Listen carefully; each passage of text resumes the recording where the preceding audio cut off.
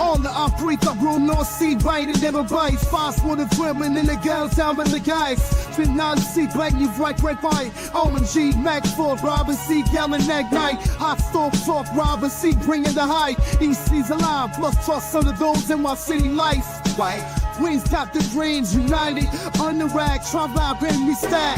Night and under that chocolate flag. Smack that home out the park. Rock the deafening in black. Side game time, Robin CP time every night. Under NYC skies, we fight the good fight. Remains cheer in the orange, we unite. Match forever. I'm 50 in sight. Match bright and high. Energy like a live wire. Queen City chance. Passion never tires. Grand slam dreams and paces for the fast. Holding it steady, cause we know we gonna last. We the kings of the field, time to ignite. Under NYC skies, we fight the good fight. Remain cheer in the orange, we unite. Match forever, I'm 50 in sight.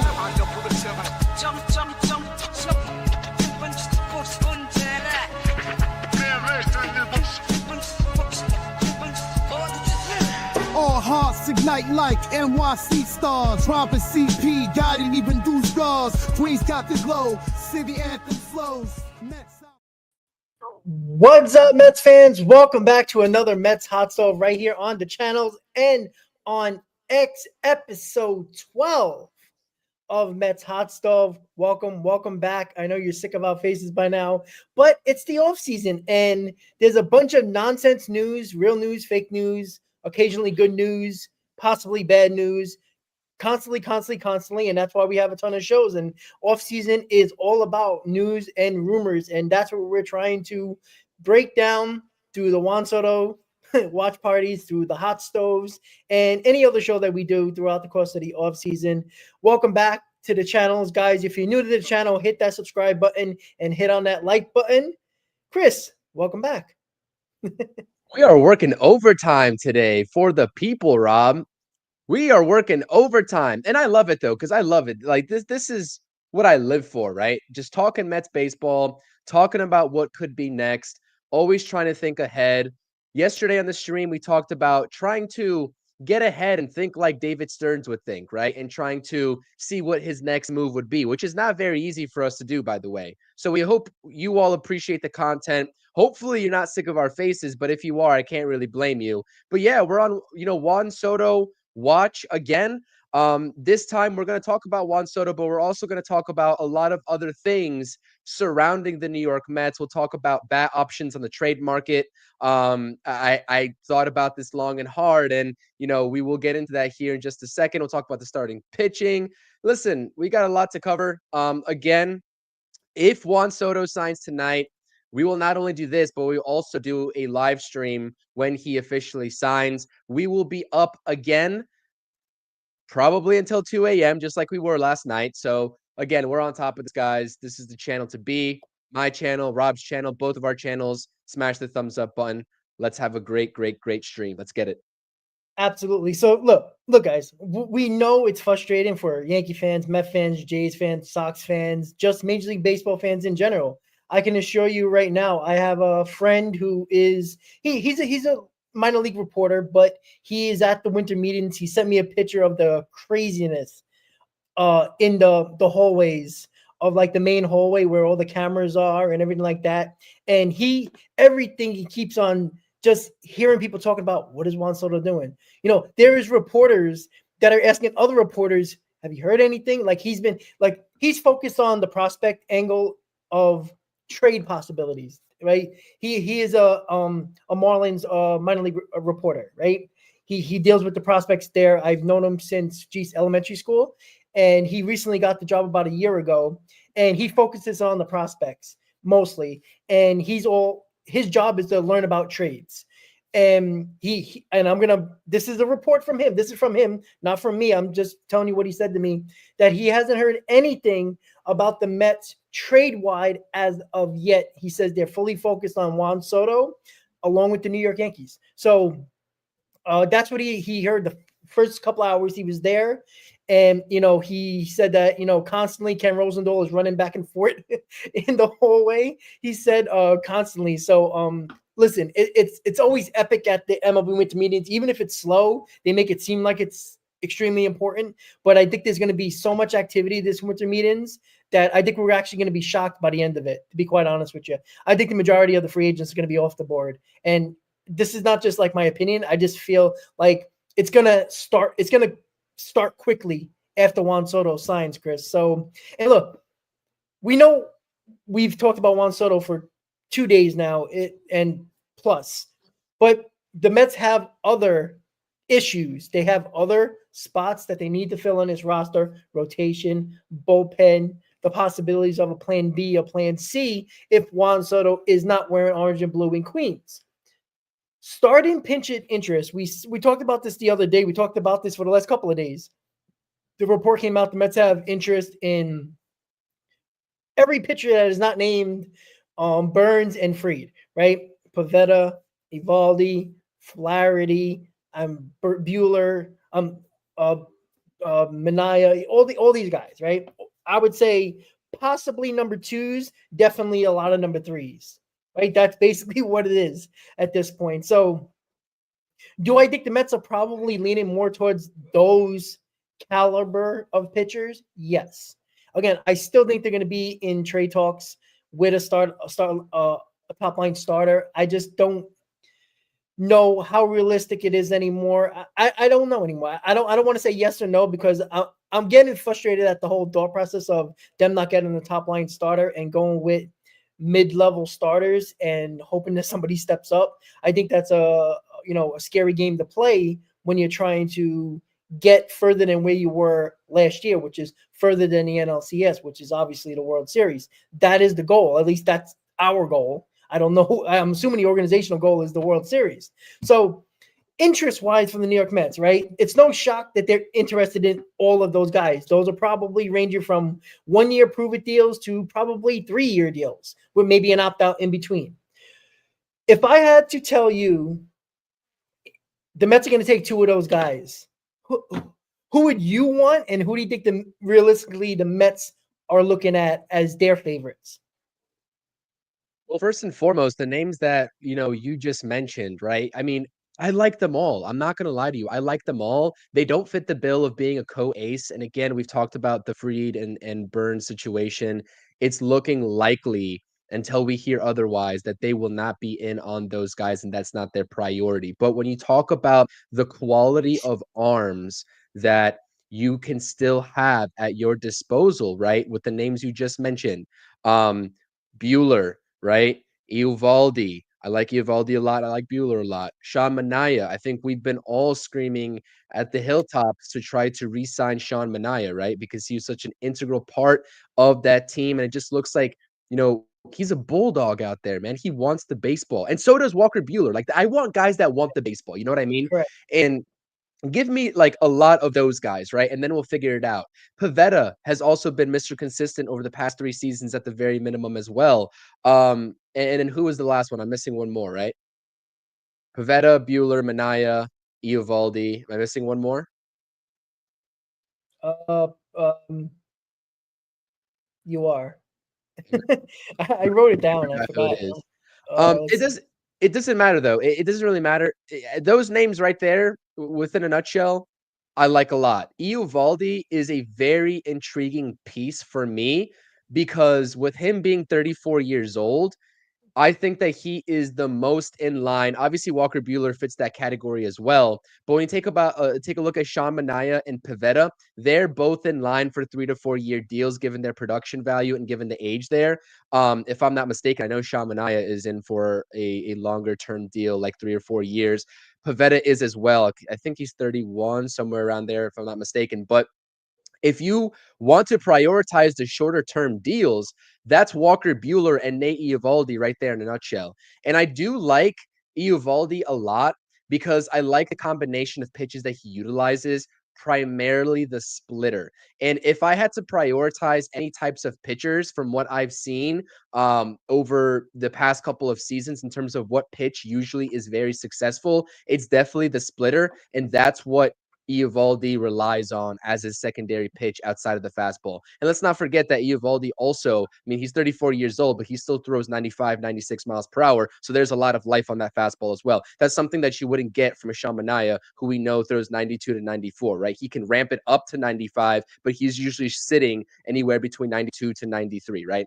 But again, if you're asking me to rank those guys, we know that they're mid-rotation type of guys.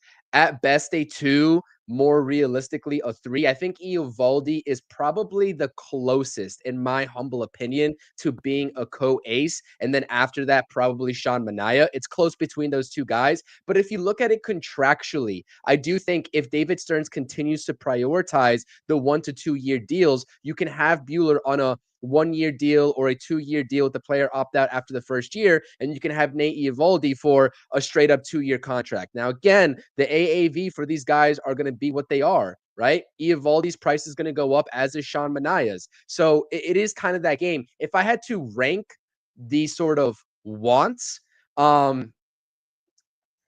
I'd probably say I have to stick to my original plan and having Buehler and Manaea as my 1-2, or Manaea then Buehler as my 1-2, excuse me, and then Eovaldi as my 3, and then Pivetta as my 4. But again, that I don't want to discredit Pivetta because he, again, you like that consistency from a pitcher, and I think that's what the Mets also like, is just that consistency factor. There's a lot of other guys that we're naming right now that just don't have that type of consistency. Sean Manaea, as you pointed out many, many times, we know he made the mechanical tweak. We know that he has had success in one season pitching in the bright lights of New York. Can he repeat that success when the book is out on him, right? That is a very valid question. So again, I'm not, saying that Manaea is still not a project, quote unquote, because again, he probably still has some tweaks to make, in my opinion, to try to stay ahead of the curve. And same thing with Buehler, but I would take the risk on those two guys, to be honest with you, just given the type of stuff that they have. And I do think that Buehler has some elite stuff. When you take a look at his arsenal and his distribution of pitches, it's just that the injury bug has gotten him so many times. And that's another discussion within itself. I always talk about, and I always preach about, availability is your biggest asset. And that would kind of go against me wanting Walker Buehler. But there's something about Buehler, right? In terms of him being versatile, though at worst case scenario, you can throw him in the bullpen, right? Just as you got in a guy like Clay Holmes at worst. So maybe we're not talking about adding just 2 of these 3 of these 4. We're talking maybe about adding 3 of these 4 as a fallback plan. So again, it's always good to stack arms, but I think that we can all relate to the fact that we want the Mets to sign or trade for that co-ace. And there's some smoke surrounding Garrett Crochet. There are numerous teams in on Garrett Crochet alongside the Mets, I would believe, at least doing their due diligence. You have the Phillies, who are strong contenders. You also have the Yankees. As of recent, many reports have come out about the Yankees joining the sweepstakes of Garrett Crochet. And you have the NL Central teams as well, the Cubs and the Reds, trying to make their rotation stronger. And by the way, the Cubs and the Diamondbacks have already had talks surrounding Cody Bellinger and Jordan Montgomery. So the Cubs want to solidify that rotation. The Garrett Crochet sweepstakes is just getting started.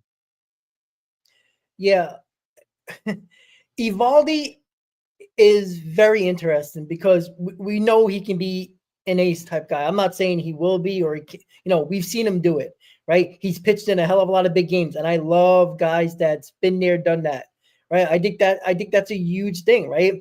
There's a reason why Garrett Cole is a damn good pitcher in the postseason, right? You can talk about other guys in the postseason. There's great pitchers that how many years Clayton Kershaw couldn't win a playoff game, right? There's certain guys that just step up in the playoffs. Eovaldi's that guy. Right, you've seen it with the Rangers, you've seen it with Boston. Like you didn't see it with the Yankees, but you've seen it with the most recent teams that he's been on, and I like that. Right, Buehler. I was concerned about Buehler. Not really an option, and I think we talked about this during the season. Right, that Buehler is going to be a free agent, and I don't like the way he's looked when he came back with the Dodgers. He was throwing 94, 95, but when he got to the postseason, now that can be all adrenaline. But he was throwing 96 to 98. And if he can get back to that, and you always like a pitcher 2 years after Tommy John, right? He basically took 2 years off. You know who that reminds me of? Zach Wheeler. Now, I'm not saying Buehler's going to be Zach Wheeler, But you see what happened when it took Zach Wheeler longer to get back. And that rest basically saved his arm through that Tommy John rehab and, the progress that he had to get as a pitcher. It's usually the second year that really the pitcher takes that next step, the mental aspect of, to letting it loose, not worrying about your elbow, popping.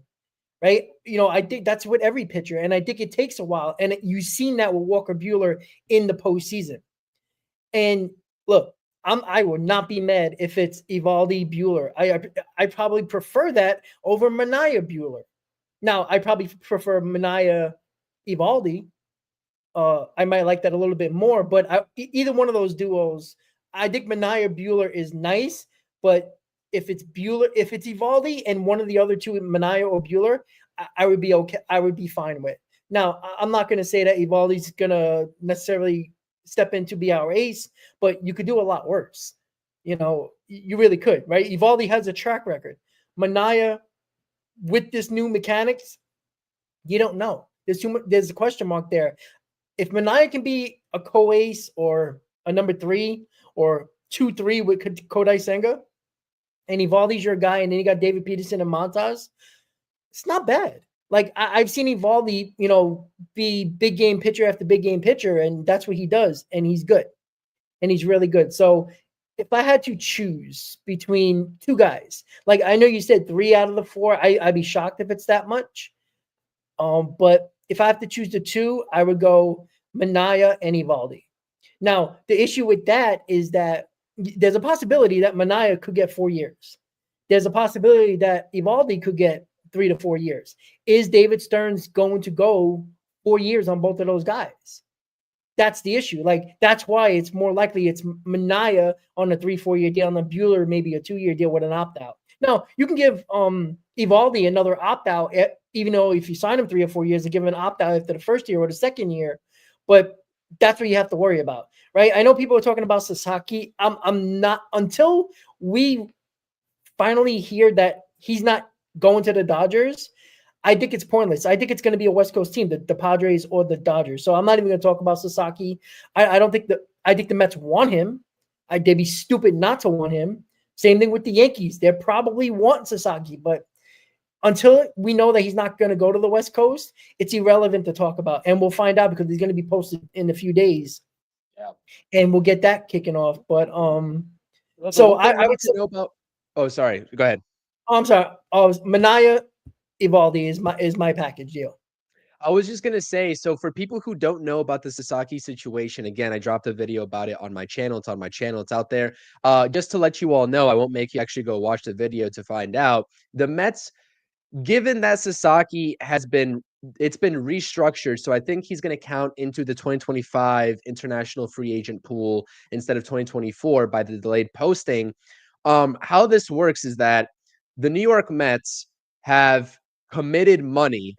I'm not sure if it's actually like committed 100% just yet because they can still rescind the offer sheet if they wanted to, but they have committed money to 17-year-old Elian Pena. And I know it's crazy, 17 years old. They're signing him for a crazy $5 million signing bonus, which takes up just about all of your international free agent pool money, which the Mets have just over $6 million to work with there. So if Pena's taken 5, Sasaki's probably not going to sign for just 1, right? You know what I mean? Isn't what? Maybe I was wrong. Maybe I heard of the MLB Network, but I could be wrong. I think the international money that goes to Sasaki is based off of projections for 2026, not 2025. I don't know how they do that, but I think I heard that. I think it was Jim Bowden on MLB Network or I think I was listening to MLB Network radio. And somebody came on and said, I could be completely wrong, but I think because he can officially sign in January, it's considered the next year international bonus money because they allocate the money. They have an idea of what they're going to allocate, what kind of money they're going to have based on projections. I could be wrong, but I think that's what I heard. I could be off base, but I want to make sure you might be 100% right. But I'm not. I think it's still 2025. It's not 2026. Is it because he's posted before the new year? So I'm reading up on Baseball America right now. While period on December 15th, it would be more importantly allow him to sign the next international signing period, which begins January 15th. Which is exactly when he'll sign. Like he can negotiate with teams, but can't officially sign on January 15th, which means that involves the 2026 or 2026 2025 or 2026 international money, not the money that's currently the teams have right now. I think that's the case. That's why I think with Pena, I don't think that's an issue. No, it still is because it says right here, because he will wait until 2025, until the 2025 signing period, Sasaki's negotiations will likely throw some teams' 2025 international plans into turmoil, which is the Mets, basically. Well, okay. Well, let's talk about that then. What would you do? Right? Sasaki can help you now and over the next, he'll have 4 to 5 years of control, or a 17-year-old that even if he is the best international free agent on the on the international field, he might come up in 2 years. And that's if he's great, if he's Juan Soto related.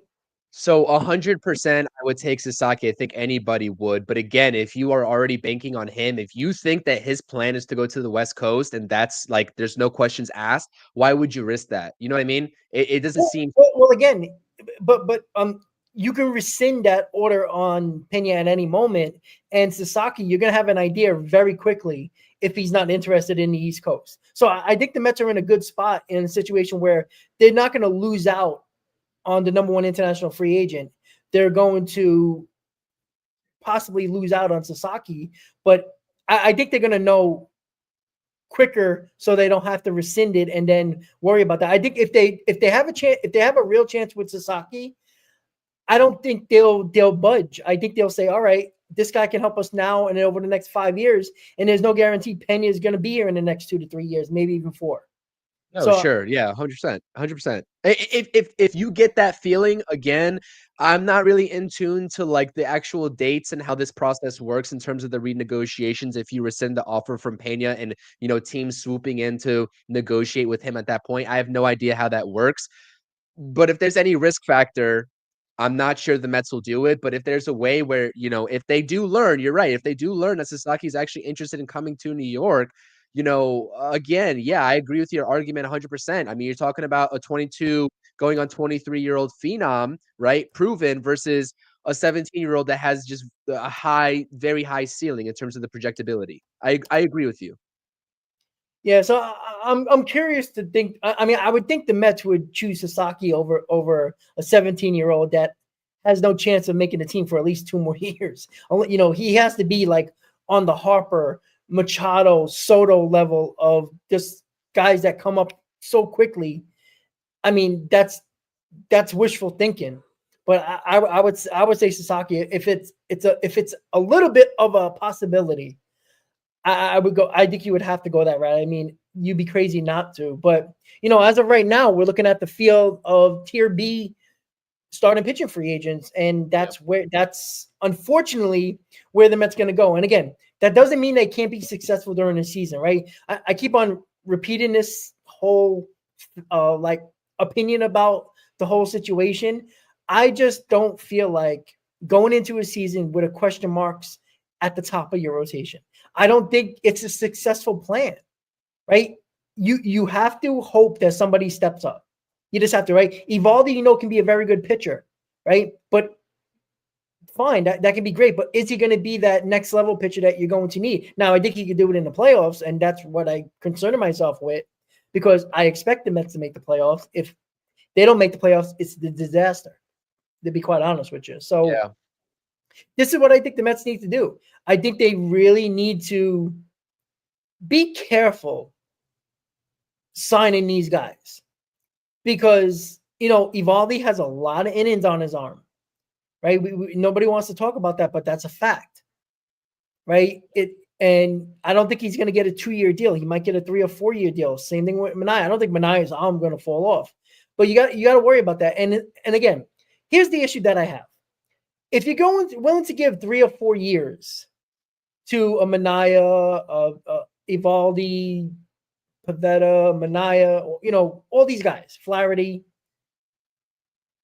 what's another 3-4 years to a Corbin Burnes or a Max Fried? Right? Because you're really expecting these guys to be great for half of that contract anyway, which is basically the same time you're giving the tier B pitchers. That's what I don't understand, right? You don't expect long-term deals for pitchers to work out in year 6, 7, and 8.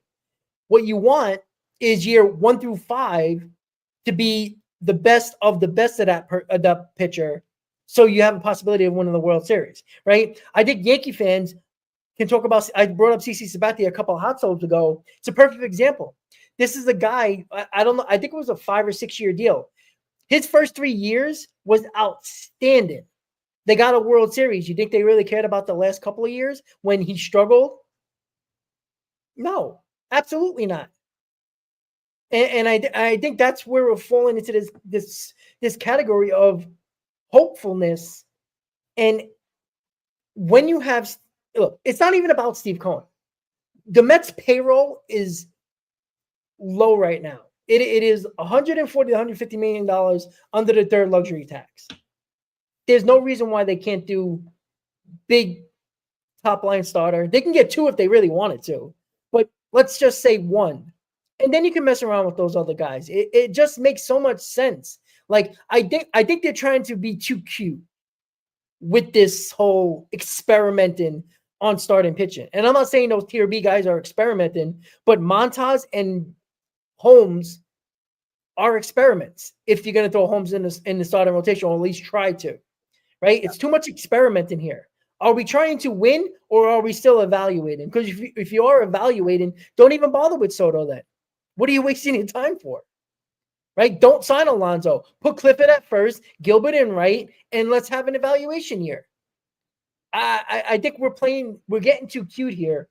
And I think it's frustrating a lot of Met fans, and why it's like, not only is this Soto saga continuing, that's frustrating the entire baseball world, especially the teams, the fans, and the fans of the teams involved, but it's frustrating because there is so many question marks, specifically with the Mets and the Yankees, and why Yankee fans and Met fans are going back and forth here, because there's a lot of unknowns with both teams. There's too many holes to worry about, where it can actually end up being not a good offseason for, if not both of these teams. That's the scenario it could lead to. And again, if there's question marks for this team, for the New York Mets on opening day, it's a failed offseason. Regardless, right? Yeah. I don't know what's going to happen during the season, but it's a failed offseason.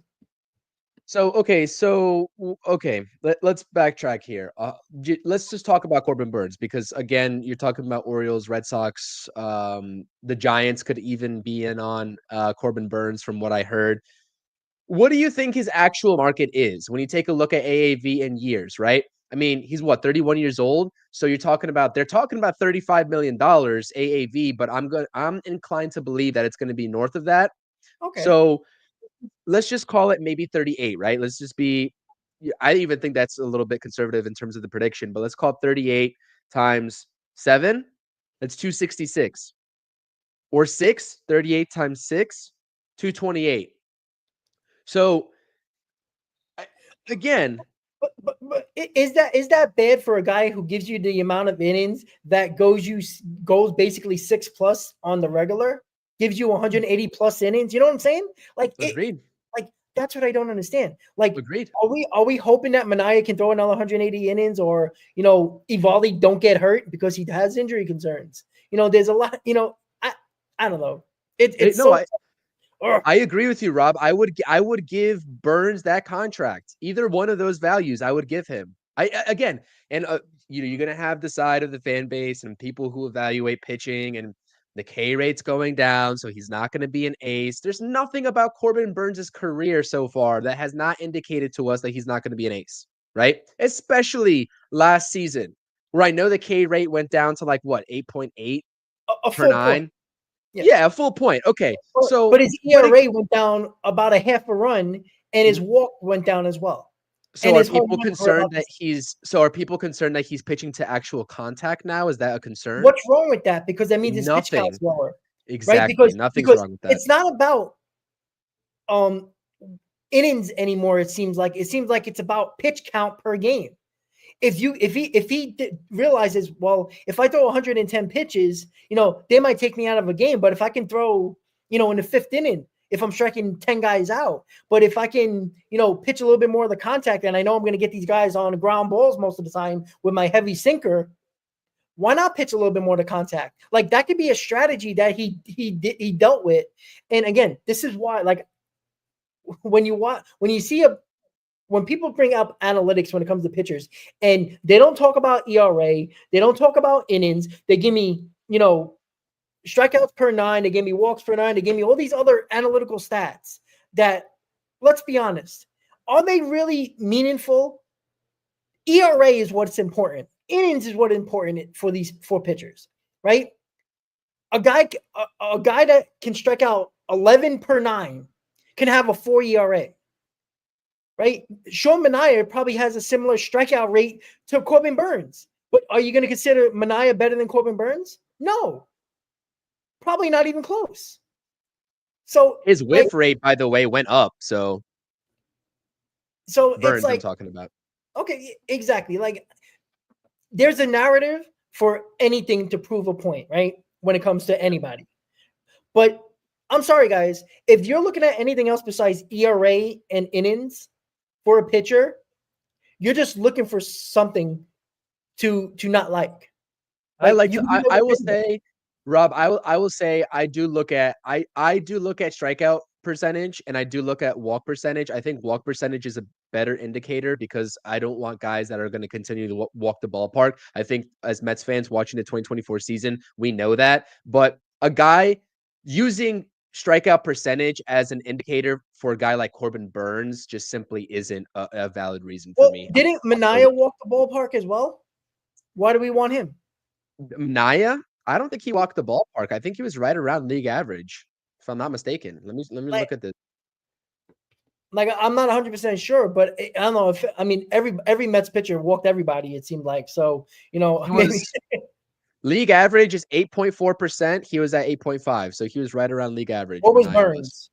Burnes' walk rate went down a lot, which is awesome. I like to see that a lot. So there you go. So his strikeouts went down, but his ERA went down a half a run, and his walk rate went down. So he pitched more of the contact, and I think if you're pitching more to strikeouts, that means you're trying to make perfect pitches, which is going to lead to more walks.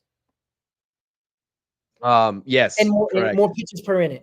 So, or more pitches per game or inning. Exactly. So it's like, if we want to quantify this, his Corbin Burnes' walk rate went down a full 2.3%.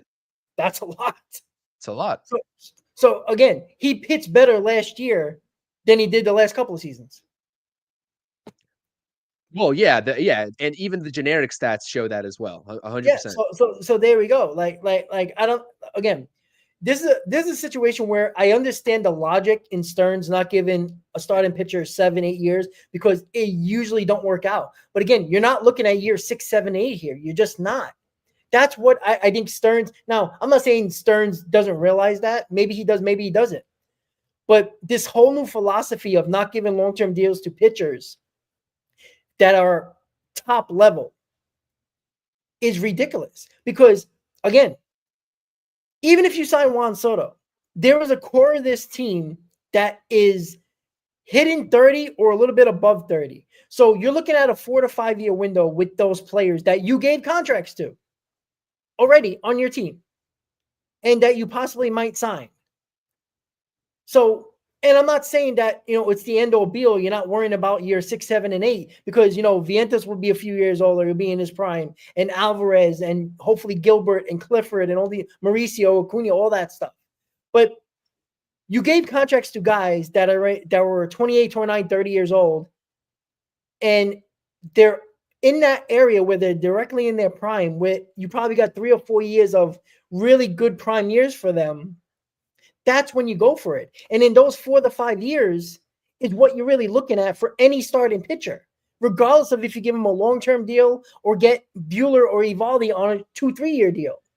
You're still looking at that. And again, I just don't understand the logic in that, except that if they're so concerned about injuries, then why sign any pitcher at all? Like, you might as well just throw your whole top pitching prospects out there and hope for the best. Like I just don't feel I just think the logic is too analytical. The analytics tell you long-term deals don't work, but we know that. But it didn't stop the Yankees to get cold. It didn't stop the Rangers to getting old, broken down pitchers to win a World Series. It didn't stop them, right? I know they didn't pay a lot of the money, but still, right? Even Justin Verlander went back to the Astros. Like it's crazy to me. Like starting pitching is still important, right? Specifically in the playoffs. I think you can get by on a above average rotation.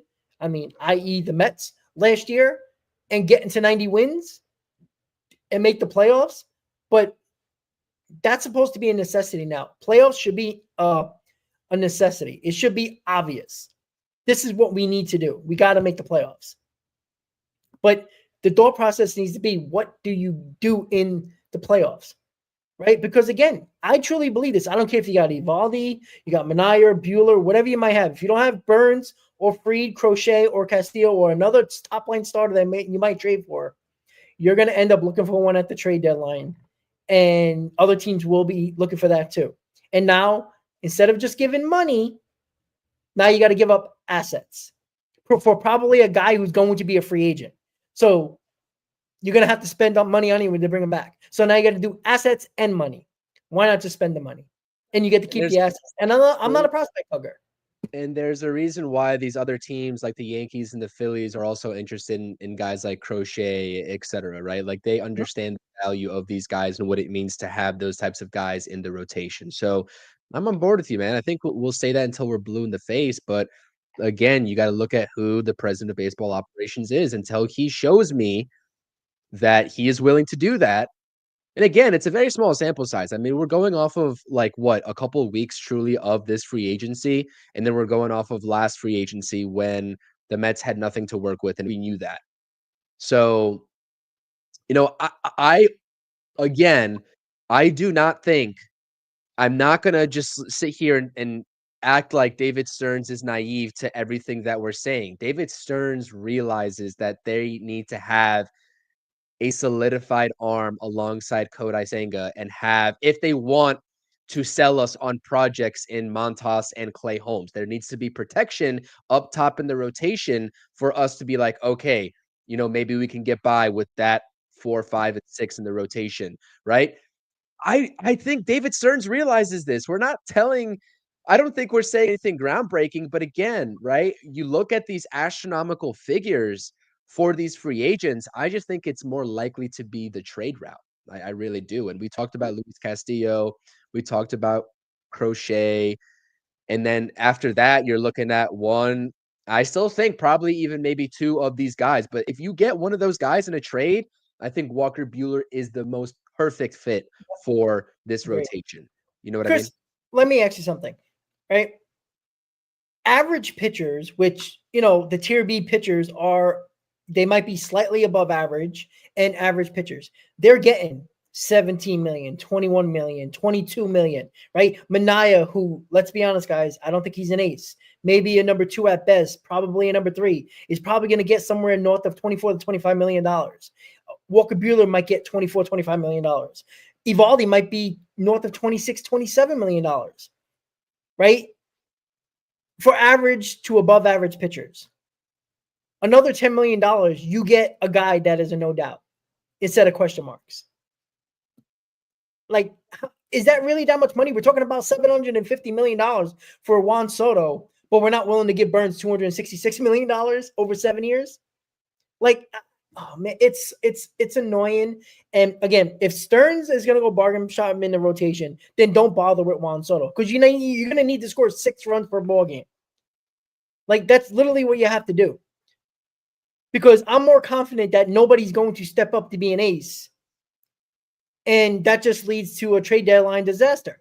Because when have the Mets actually went for it at the deadline? If they don't go for it during the offseason, why would they go for it for the deadline? They never do it. And that's a fact. That's been history, right? Everybody wants to talk about history. The Mets have not gone for it at the trade deadline. They have not gone all in at the trade deadline and say, We did everything we can. Every need we got, we got. They never done that. I went on a rant for two nights in a row about that. What teams So- can you really have though at the trade deadline specifically? Say that again. What teams have really addressed every single one of their need at the trade deadline? Well, I'm not gonna say everyone, but the biggest needs. Let's Sure, put it that way, right? Right. We can go on for the last couple of years, the couple of World Series teams, right? What did the Dodgers need? Starting pitching. What did they get? Starting pitching. Right? They needed the bench piece. Tommy Edman was a bench piece. He ended up being a World Series MVP. So there's so much that the Rangers, right? I know it didn't necessarily work out pitching wise, but they went out and got pitching. They needed pitching. They got it. Right? It actually got them to the playoffs. They didn't do much. The offense took them over. But guess what? It was their big signings that offensively took over the series. The Braves, they got Soler. They got Duvall. Right? They needed the outfield. Their outfield was depleted. They got those bats because it was a necessity. And it helped them win a World Series. Like, the Mets don't do that. The Mets get Vogel back. You know what I'm saying? Like, that's the problem. Right? When they did get Cespedes, that was so shocking because they finally went for it. But they went for it with a team that was on a magical run with a bunch of below average roster in 2015. And we all know it. Nobody's going to admit it because we love that team because they got to a World Series, but they also lost in 5 games to a superior team when their stars showed up, right? Cespedes, who you traded for, didn't do anything in that World Series. So, there's so much you can look at. And I think that if you look for the trade deadline to fix a need that was available in the offseason, right? I can understand you needing bullpen help at the in the trade deadline. That usually comes up for most teams. And maybe a bat, maybe. But if the Mets get Juan Soto and Pete Alonso, right? The bats, I mean, if you need a bat, that means you have massive injuries. But why go that route when you can get starting pitching and bats while they're available? And if you want to mess around with the bullpen, for the most part, I think the bullpen is leading up to be a good start when you got Buto, Nunez, Holmes, and Diaz. That's a good 4 guys in your bullpen, and you haven't even really done much with the bullpen yet. That's a good start. So why not solidify something that you need? Why count on the bullpen so much every freaking night? It usually ends up being a disaster. So, maybe I'm crazy, and I know starting pitching isn't what it used to be 15 years ago, but a top-line starter is still needed. Right? That's why the Dodgers get Blake Snell. That's why they traded for Tyler Glass now. That's why the Phillies signed Zach Wheeler. Right? That's how you win. At least make it easier during the season to make the playoffs. While it seems like we have to fight, crawl, and scratch our way to a postseason. Yeah. It's just me. Well, I think John Rossi agrees with us. Thank you for the super chat, John. They can't half-ass it, go all in or not. 100%. You are absolutely right, John. Appreciate you again. Thank you for the support and being here and the super chat. We do appreciate it. I'm definitely in agreement with that. But I will say just a caveat before we maybe talk about some bats here is the trade deadline is also just kind of a crapshoot to just analyze after the season because, right, someone mentioned something about the Braves and what they did, and I'm assuming they're alluding to the fact that, Rosario and Soler took off for them to help them win a World Series. Those guys, if you look at their statistics before coming over to the Atlanta Braves, they were nothing. They were not expected to be any sort of help, at least not to that caliber for the Braves. And they took off at an unbelievable clip. And honestly, like the trade deadline, you could make the right moves and still it not work out, right? I think you're talking about more so the thought process of it all. But again, the Braves reaped the benefits of those 2 guys coming over at the trade deadline in 2021. But at the end of the day, when those trades happened at that time, nobody batted an eye. Nobody was like, oh, Solaire's going to win them a World Series. Nobody's No. Nobody thought, with Otani, Betts, and Freeman, nobody thought Tommy Edman would be the star of the show. You know what I'm saying?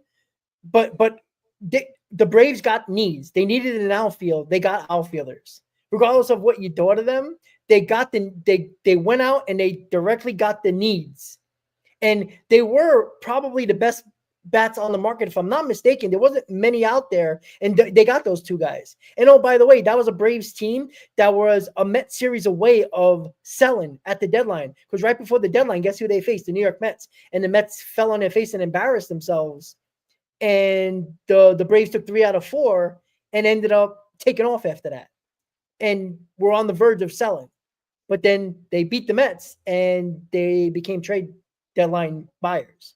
So, man, I tell you, it's starting to, I'm already annoyed. And we haven't really signed a big person yet, a big player yet. And is it actually coming? Now, again, I'm going to be ecstatic if Juan Soto becomes a New York Met. And we will be better because of it. But why stop there? Why? What you think, Juan Soto is great, but if you give up 6 runs a ball game, Juan Soto can only do so much. Just ask the Yankees. So, I don't know. Damn. I'm upset. This is a perfect transition in terms of Yes. more bat options. And and talking about a pitcher at a later time. Listen, we're going to be talking about, pitching all off season long. This is going to be a focal point, especially whether we have Juan Soto versus not. It's still going to be a focal point, even if we do have him, right? But if we don't get Juan Soto, it's going to even contribute more fire to the flame, so to speak. So, again, we're going to be talking about pitching a lot. We still owe the people, as we've been saying for the past couple of weeks, a little bit of a hypothetical trade package going over to Seattle for Luis Castillo in the event that they make him available and the Mets are interested. That will probably come on our channel soon. Again, I've been so distracted with just the other content and just this Juan Soto watch in general. It's just taken away from my plans on the videos, but I've been able to do a couple videos here and there on the channel, as have you. And again, just because Juan Soto, signs with whoever doesn't mean that we're done. They have more to do regardless of whether he comes here or not. So, but let's talk about these bat options, because I proposed to you, when we were messaging back and forth, probably about an hour before this stream even started, I mentioned one bat that I would be intrigued if he becomes available, that, this would be the perfect backup option to Juan Soto. And for me, I know a lot of people might not like it because everyone's enamored with the Santander home run value, but this guy can hit you home runs too. Maybe not 40 plus, right? But like, he'll hit you 25 home runs, perhaps even 30. Yeah. Dude, I like this as the backup plan B, but it's a trade. It's not as easy as a free agency handing out a contract. It's a trade. And again, it's a big if this, particular team makes this player available. So, you can go ahead and say who the name is. I'm sure we'll start off with that topic because I do have another name after that as well. Kyle Tucker? Yeah, I like Kyle Tucker a lot. Yeah, me too. And you know what? Yeah, go ahead. No, go. I talked a lot already. Go ahead. Well, no, I'm just looking at Kyle Tucker. I mean, he came into the league at 21 in 2018. He's a 3-time All-Star each of the last 3 seasons. He's only 27 years old. I mean, he's coming off of a 289 batting average season, 993 OPS, 993 OPS with 23 home runs. I mean, he only played in 78 games. I understand that, right? But each of the seasons before that, 2023, 2022, 2021, he appeared in 140 games or more in each of those seasons. And by the way, since 2019, he has posted an OPS of 800 or above in all of those seasons. The lowest OPS he's posted was his rookie season. Okay, we're not going to count that. And then after that, the lowest OPS that he's posted was a 2022 All-Star campaign at 808. This guy's a stud, man. This guy's a stud. And again, he is an unrestricted free agent in 2026, I believe. So we were talking about, and I stand corrected on that because I didn't see his name in there. Let me just make sure that this is factual information. I'm pretty sure he's a free agent in 2026. Let me see. Kyle Tucker.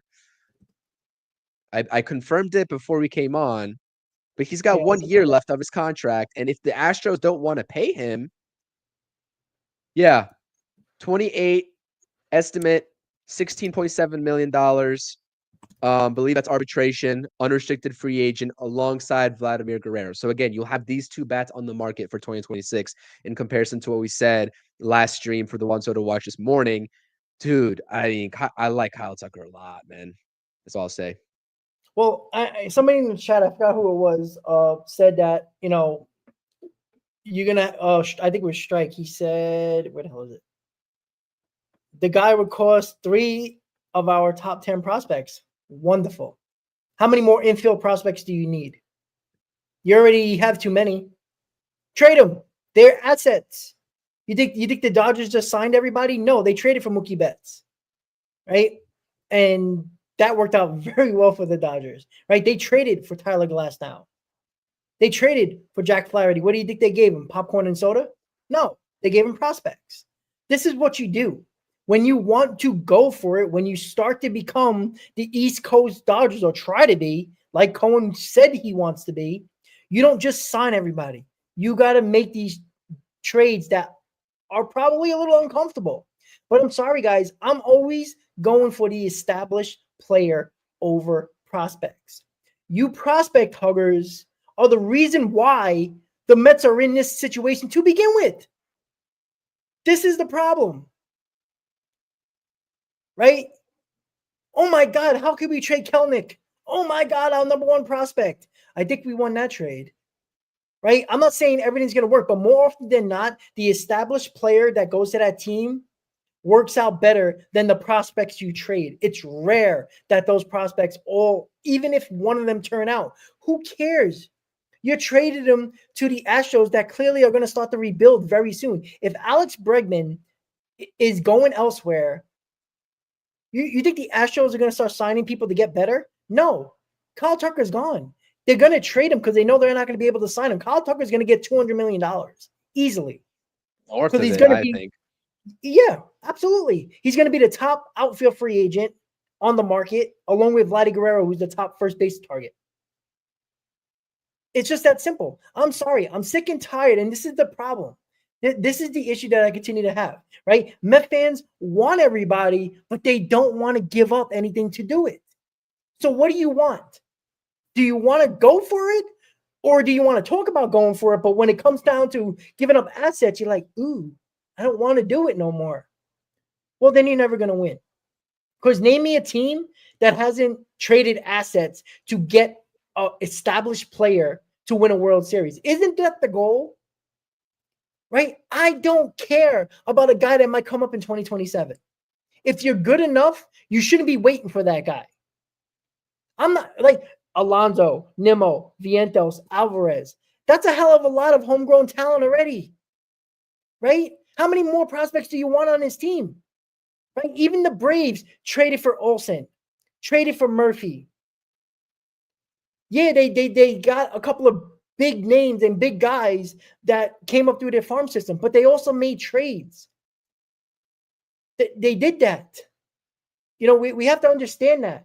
And we continue to go through this process of not wanting to give up prospects. That has been the Mets' problem. You want to go back to Yoenis Cespedes? They were on the final seconds because they didn't want to give up Michael Fulmer. That's how annoying the Mets are throughout. You want to talk about history? It's been established. They don't like to give up prospects. And I understand. But at some point, guys, you're going to have to bite the bullet. Stop it.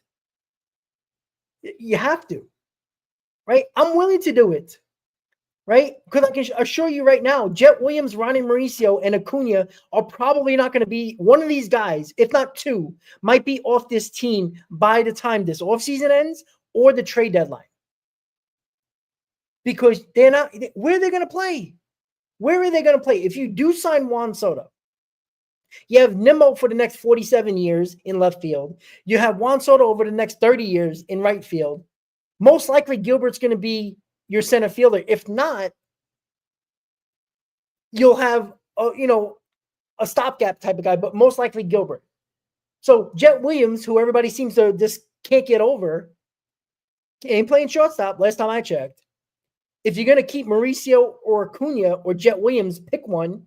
It's going to play second base. So where are they playing? Where are these other two guys playing? Nowhere. So what are they? They're assets. You can't let them die in the minors and get older and older. You trade them now for an established player that can help you now and over the next couple of years. That Can has you hear already me?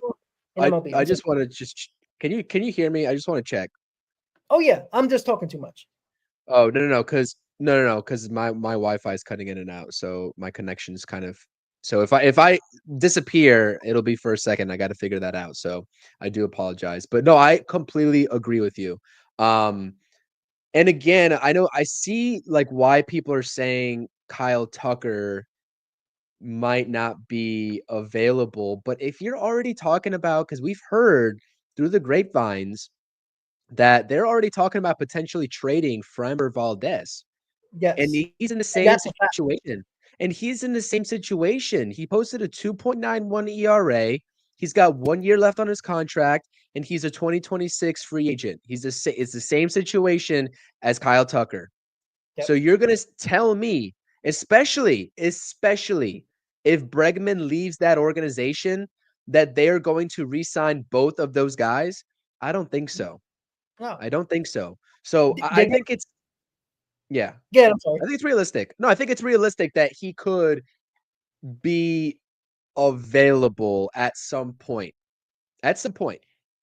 Whether it's at the deadline or whether it is this offseason, depending on just the organizational plans and depending on what happens with Bregman. I will say and caveat this that it is all dependent on Alex Bregman, at least for me, as it pertains to this offseason.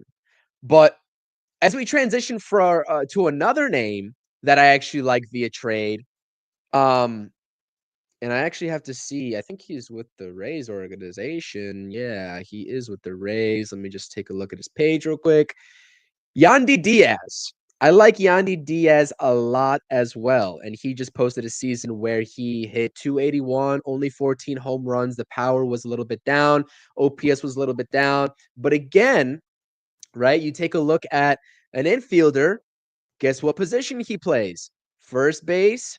He could play some third base. I do have to take a look at the splits in terms of, which position he played more of. I believe he was more of a first baseman, if I'm not mistaken, but he has a pretty good bat. Like, he has a decent, serviceable bat that I would take all day long. And guess what? The Rays are an organization that, in lesser terms and lesser value players, right? We've seen trades.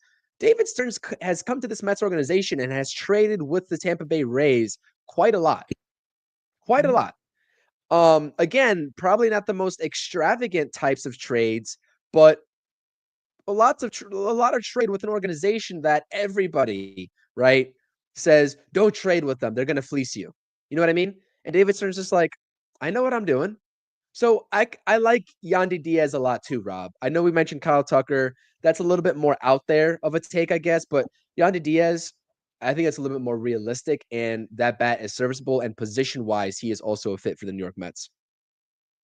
Yeah, I mean, again, it depends, right? What happens with Pete Alonso? And again, I think Ryan Clifford. Again, we don't know what Stearns is thinking when he evaluated the prospects. We just don't know. Right, Ryan Clifford has had a good minor league season. He's setting up to be a first baseman. He could be a right fielder, but again, if you do sign Juan Soto or Anthony Santander, that position is out of the question. And you would think Drew Gilbert is over Ryan Clifford when it comes to center field. So you think Ryan Clifford is going to establish himself as the first baseman in the Mets organization. So if you're not going to sign Pete Alonso and they really like Ryan Clifford, well, you're going to go that stopgap route in a Diaz. That's what you would do. So, there's another guy that we're going to talk about after that that is also a possibility that can also play first base and outfield. But look, I wouldn't be against it. Like I said, I think you can do a lot if you get Juan Soto. I think you can do a lot of things with first base. You don't just necessarily have to get Pete Alonso. I mean, that would be fine. I would be perfectly fine with that. But you could do a lot more. You could do different things. Diaz has a club option attached to his contract next season, by the way. So he wouldn't be a UFA until 2027. That's fine. That means you got to give up something for him. But at least you got him under control. And Stearns likes that, clearly. Exactly. You know, he traded for Siri, and he has control. So I know Diaz is probably a little bit better than. Well, not really. It's about. It's close, but you know, you can see that as a possibility. But again, that might be a little bit more down the road in the offseason, don't you think? Like if the Mets don't sign Alonso or an established first baseman. Yeah, that'd probably come a little bit later. I wouldn't expect them to go down that route as an initial option. I agree with you 100%. Okay. All right. So as the winter meetings kick off, and I think 7:00 is the first official MLB Network show in regard at the winter meeting. So I'm definitely going to throw that on as soon as that pops on if we're still hanging out here. But the bullpen, right? I know the bullpen, we can look at it in so many different ways. There's going to be about 40 people in the chat that are going to say Tanner Scott, right? Not happening. All right. Not happening. Right. The most expensive guy is probably what you're already seeing, Clay Holmes. I think at the end of the day, Clay Holmes is going to end up in the bullpen. So that's probably the highest amount Stearns is going to go money-wise when it comes to bullpen. Now, that might excite people, piss people off, and have no reaction at all. There's about 60 guys that are free agents in the bullpen. I don't think you need to get 2 or 3 high-priced free agents or trade for a high-priced bullpen arm to have an established, solid, very good bullpen. I think that has been very well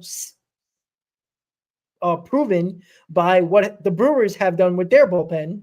As long as you got a closer, you can do a lot with your 5th inning guy, your long man, your 6th inning, 7th inning, 8th inning guy. As I said, Nunez, Buto, Holmes, that's a good start. That's a good bridge to Edwin Diaz. So how much do the Mets really do need in the bullpen? Maybe 2, possibly 3 arms, you would think, right? And there's a pretty good chance that 2 out of the 3 arms that they might get are somebody that nobody's going to be happy with. I think one of them you might see, a Stanek. You might see the Mets maybe try to make a move for Presley.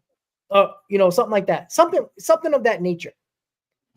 Or, bring in Finnegan or something like that. So, Chris, I want to give your, pick your mind a little bit about the bullpen plan, right? I think that you can ask any Mets fan and they'll have a difference of opinion when it comes to bullpen, right? There'll be a Mets fan that says, get me the top guys on the market. Done. Then you'll have a person like me that would say bullpens are fickle. A bullpen that was great last year is probably necessarily not going to be as good as this year. What do you think when it comes to a bullpen plan? What would you do in your own way? And what do you think Stearns would do? Yeah, I agree with you in the fact that I think Tanner Scott is highly unrealistic. I know everyone was going to want to jump to him as the primary guy, but I'm just projecting out that type of contract. I just don't see it happening. I really don't see it happening. I think that there's an ability to get a top guy, right? If the Mets are really committing long-term of this season, right, in this next season to Clay Holmes being a starter, because again, just because Clay Holmes has a terrible month of May or a month of April, as a starter, I mean, do you expect them to pull the plug that early on that, project with Clay Holmes? I don't think it's going to be. I think it's going to be spring training only. You think so? Absolutely. Okay. Because they didn't say they're guaranteeing him a starting role. They're saying they're going to give him an opportunity to become a starter. The only way you give an opportunity to a starter if he proved himself during spring training. Like, unless the Mets completely don't do anything of significant in the rotation, then they don't have a choice. But yeah, I think Clay Holmes is the possibility of being a 6th starter in a 6-man rotation for the Mets. I don't think it's much more than that. And that's I why I absolutely think, agree. again, I think Clay Holmes has to be lights out for the Mets to put him in the rotation. And there's a pretty good chance he won't be. Now, if he is, okay, we're benefiting either way. That's why when people are like, oh my God, they promised him a starting role. No, they didn't. They gave him the opportunity to be a starter, which means if you suck in spring training, you will be the setup man for Diaz. That's it. It's not that hard. So I think spring training is where they're gonna evaluate, they're gonna watch, they're gonna see what he can do. And that's it. If he's average, they're not putting him in the rotation. It doesn't benefit the Mets for an average pitcher to go into the rotation when he's an established bullpen arm. And if he does, this is why I'm rooting for him to go ahead and find that success and get a rotation spot. And I agree with you. I think that 6th spot in a 6-man rotation is definitely up his alley, right? And the reason why I would like for that to happen is because at that point, I think that there is still a window for the New York Mets to go get another quote unquote top arm that's available, right? Maybe, well, one top arm for sure, and then one borderline arm, right? The top arm via trade, Devin Williams. I already made a video about Devin Williams. I like Devin Williams a lot, and I do think that the Brewers, I think they've made it very obvious that they are going to trade Devin Williams. Like, that has already been reported. It's already been solidified. He's getting moved.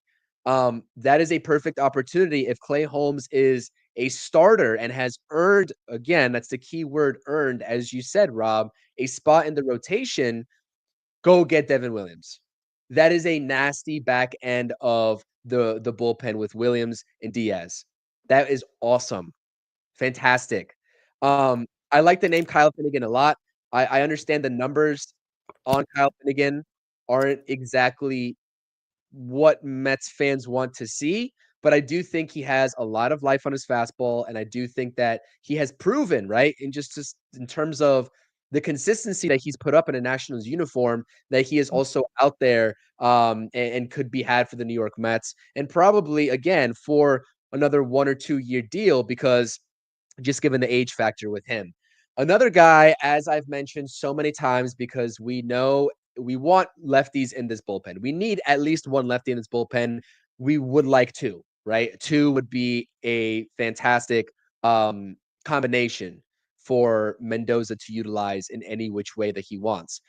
AJ Minter, please go get AJ Minter. If you're not going to re-sign Brooks Raley, I'd be open to a Brooks Raley reunion. If you're not going to get Brooks Raley, again, we know Tanner Scott is not going to be an option, or at least so we think, right? There's no way he's going to come in and not be a closer. That's what he's going to do. Is he wants to get paid like a closer. He's going to close. So take the Mets out of that realm of possibility. AJ Minter is a fantastic lefty option. Again, he has an injury concern. I believe it was his hip that was bothering him for the majority of the 2024 season, but we've seen him a lot as Mets fans in a Braves uniform. I do think he could be effective.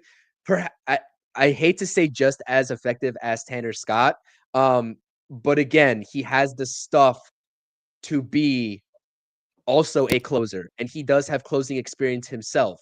So I like AJ Minter a lot. Devin Williams is the name to look out for via trade, but I do think, again, if Clay Holmes is unable to crack that rotation come opening day, you would have to imagine the Mets take Devin Williams off of their wish list, because there would be basically no room unless you're trying to build a powerhouse 7, 8, 9, which again is just highly unlikely. And it probably wouldn't be worth the investment of the prospect capital or whatever type of capital you would go ahead and give the Brewers in exchange for Devin Williams. So listen, man, I don't think people talk about AJ Minter enough. I know I dropped a video on AJ Minter.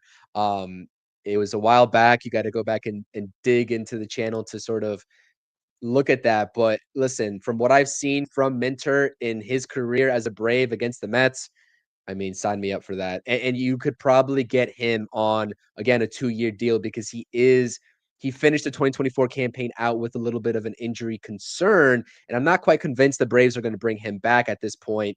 So, yeah. because so the Braves and the way that they operate, they make those deals early. They like to lock up the guys that they want to return early, and they have already done that for a couple relievers early on this offseason. The Braves not re-signing Minter early onto the offseason has me questioning what their plan actually is. And so I really do think it's fair game for the Mets to just approach Minter and be like, we want you as the main lefty in the bullpen. I really do. That's a situation where to make sure you get him, give him a 2-year deal with a 1-year opt-out, right? I think you can do that. I think that's a great deal for Minter. I don't know what bullpen arms are going for. You usually don't see that, and so you don't really, you might see Tanner Scott come off the board in the winter meetings, but after the winter meetings, when you see bullpen arms start going off the board, and maybe lower level bullpen arms come off the board during the winter meetings, yeah, I agree with you 100%. Now, I love 2 lefties in the bullpen, but I'd live with 1. I want 2. I don't think you have to have 2 great lefties, but give me one that's really solid, and give me another one that's kind of like a funky lefty that throws junk up there but finds a way to get people out. Like I think that different type of lefty look, hard throwing to soft tossing type of funky motion, 2 different guys. I love that. And I think 2 lefties are important in the bullpen. And I know, it's not easy to do because you got to have at least a guy that's competent. That's the other lefty. But I want 2 lefties. And again, I think we're looking at the bullpen as like, I would say more of, I kind of think that it's not as bad as people are projecting right now. No, not at all. Not at all. I like the pieces that the Mets are starting with. Have you seen the Mets fans, the way they're acting? Like the bullpen is huge. Like I know the bullpen was kind of a disaster last year, but remember when Nunez got hurt and Buto kind of broke down because of the innings, you kind of had nowhere to go. And that's why Maton, was pitching every freaking day. And that's why Stanek was pitched every single day. He wasn't good during the season, but better than the playoffs. Again, Nunez is going to be healthy. Buto got the innings under his belt now. Those are 2 guys now even if Clay Holmes is in a starting rotation, that is still a really good 1, 2, 3 in your bullpen with Nunez, Buto, and Diaz. And that's not even getting anybody yet. And Minter and say Stanek, I mean, that's pretty damn good. And you probably get 2 more guys, or maybe a Shohei Foley steps up in spring training, or maybe a guy, one of the pitchers that you got on a minor league deal steps up like a Reed Garrett. Oh, I forgot Reed Garrett. Holy Christ. I'm talking like Reed Garrett's on his team. Reed Garrett. Dude, come on. I know you can't forget about my guy. How can I forget about the main man? Right? Throw him in the starting rotation. He's a badass. Let's go. Why not? Right? Yes, Reed Garrett. Right? Reed Garrett, Nunez, Buto, Diaz, and Clay Holmes. Like, that's a pretty good bullpen. Like, seriously, that's a pretty good bullpen. I mean, you might as well sign Bartolo Colon for the rotation. Let's go. Let's get it done. But, yeah, I agree with you. Minter is an excellent idea. And I looked at the list of relievers, and it'll take me 2 hours to read all of them because there's like 60 of them. So, that's something that I have to really, like, sit down. I mean, I'm going to be up all night. So, I'm just going to go through them and start checking them off. And then I'm probably, on our next hot stove, we'll probably talk about it again since it's going to be a Juan Soto. Oh, God, Jesus, please. Let Juan Soto sign by tomorrow so we can actually talk about everything else. That would be nice, right? That we can really talk about it and actually stuff is happening. So, all right. I agree with you with Minter. Bring him in. 2-year deal, opt out after 1. I'd bring back Stanek. I think Stanek's a good piece. And I think you can probably, I mean, that's basically it, right? You might want to put a long man in there in the bullpen. And that's basically it. Like, I don't know, maybe they could be, what I'm saying? Because that's basically done. How many bullpen arms? Like 10 in the bullpen? We usually start the season with 10 or 11. Oh, no. Because you have 13 pitching slots. So you'll have 6 starters, you'll have 7 bullpen arms. Yeah, I'm sorry. I'm counting the extra starters. Yeah, absolutely. So 7 bullpen arms. If it's, let's say Clay Holmes is in the bullpen, because I still don't believe he's going to be a starter. Let's count this out. Diaz, Holmes, Nunez, Buto, Minter, Stanek. That's 6. So the last one will probably either be another lefty or a long man.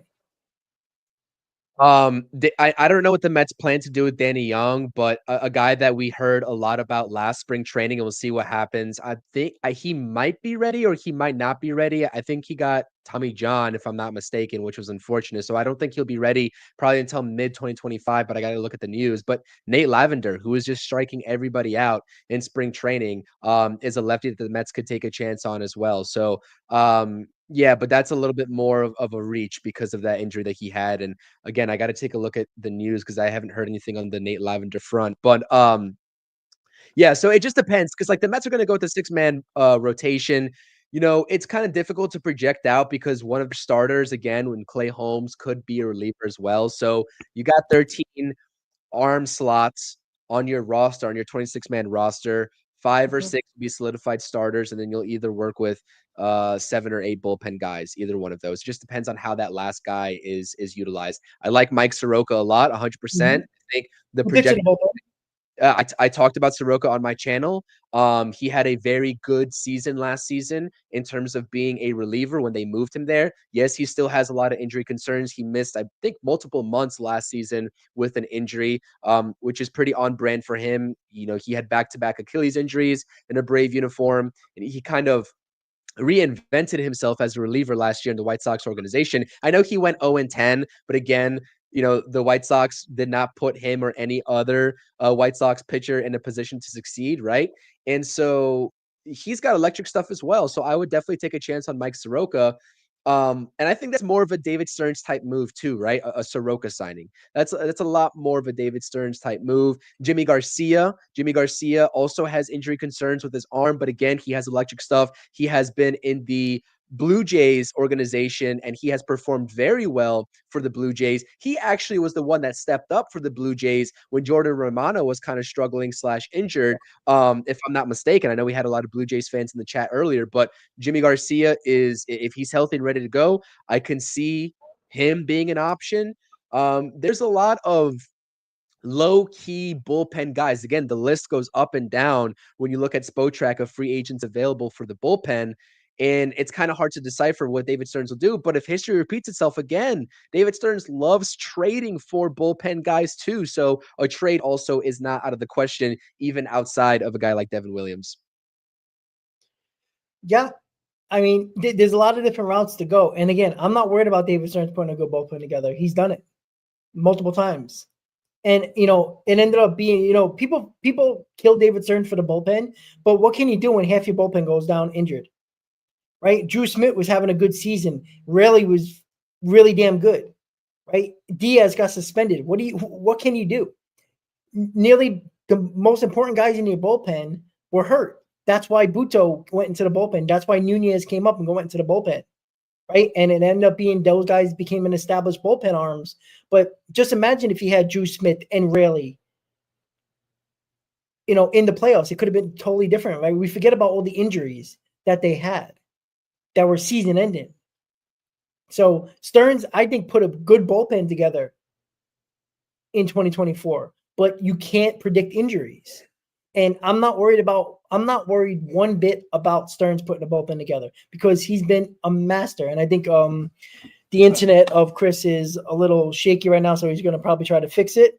I honestly think you're fine with that, guys. I truly believe that the one thing I'm not worrying about with David Stearns is the bullpen. I think he knows how to do it. And yes, the winter meetings is on right now. BWL, I can't play it because of copyright issues. We would get kicked. So I don't want to do that. But again, if anything pops up on MLB Network, you know, here will be the place to be to hear it out, right? We're going to be here for probably about 10 more minutes just to go over the quick Juan Soto stuff that we've heard over the last couple of hours. And then we're going to have a rapid fire question, each of us, and then we're going to call it a night. And if any breaking news happens with the Mets, even if it's not Juan Soto, I'm going to be live. And if Juan Soto does sign, me and Chris are going to go live as soon as possible, even if he doesn't sign with the New York Mets. So, and break it down. So, Thor, we did mention AJ Minter. I didn't mention him. Chris mentioned him, and then we discussed it, which is a good idea. The winter meetings, shoot.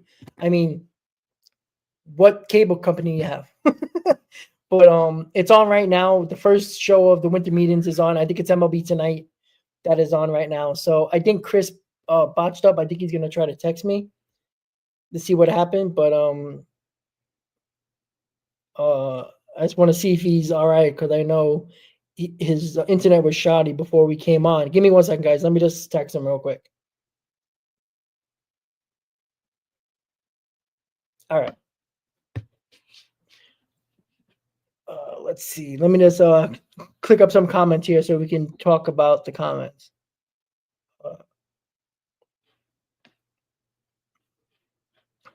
Kelly Johnson is not a bad idea, right? Again, he's not what he was 3-4 years ago, but he can be a solid number 6 reliever. You know, a guy in the 6th inning role, something like that. And there he goes. All right, cool.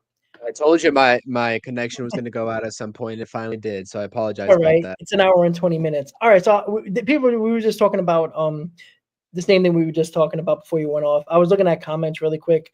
Easy brought up Kenley Jansen. Not a bad idea, right? I mean, I don't think he can be an 8th, 9th inning guy, but he could definitely be a 6th inning guy for sure. Carlos is like, I was ordering another hoodie and a hat from the Met shop. Don't worry, more's coming, I promise. But yeah, what do you think about Kenley Jansen, Chris?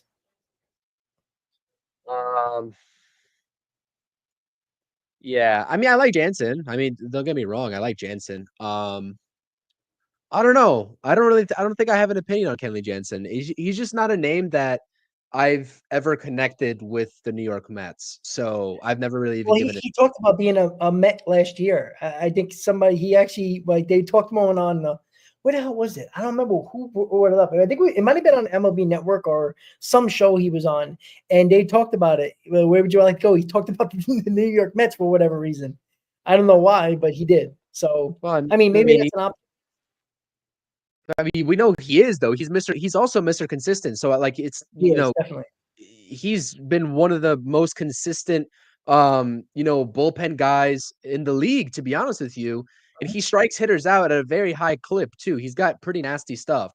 I think that there are a little bit of walk issues with him too. So the control could be a little bit erratic. But again, yeah, I personally just never have made that connection with Jansen to the Mets. But it wouldn't shock me if, he did talk about that last offseason. Now he's getting into like a little bit of a territory of like being a journeyman, which is nothing wrong with that, given the age factor. But yeah, again, I'm not sure how realistic that is. Although, again, if Clay Holmes does work out, right, in the rotation, if you're looking for a guy that can close or not close, can set up Diaz at a pretty high clip, I mean, I'd be willing to take a chance on Kenley Jansen because it's going to be a 1-year deal. That's pretty much all he signs, right, at this point. Yeah. So, yeah. Yeah, he's Mr. Reliable, so I would be fine with that. If that's the case, again, I'm not worried about Stearns. The one thing I'm not worried about is Stearns and bullpen. I'm just not. Like, right. I can be concerned about offense and signing big name free agents. But other than that, I'm not worried about Stearns when it comes to the bullpen. All right.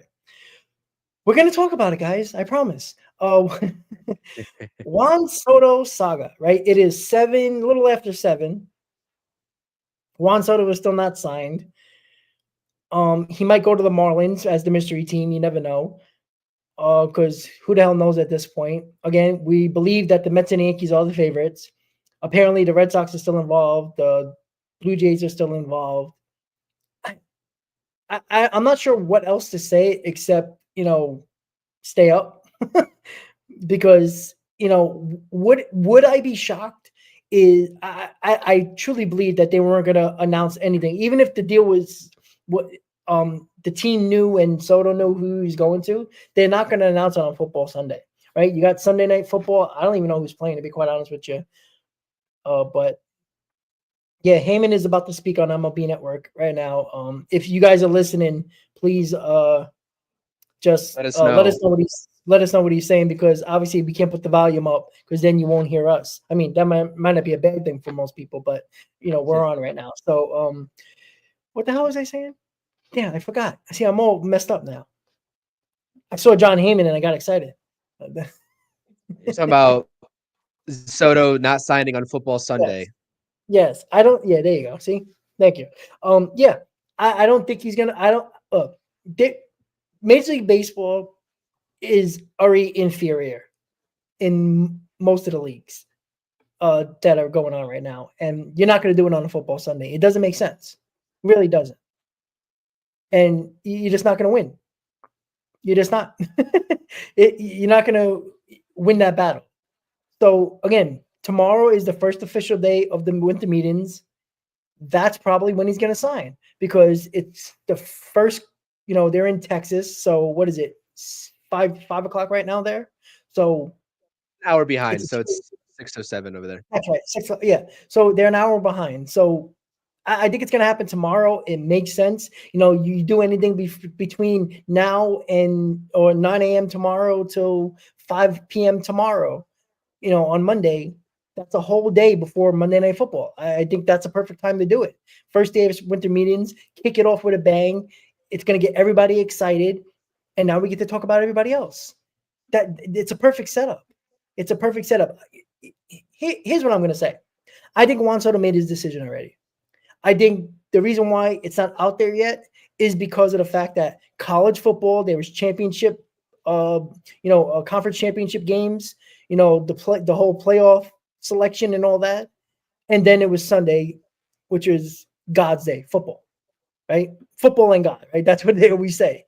So you had back-to-back big football weekend for college and the NFL. They're not messing with that.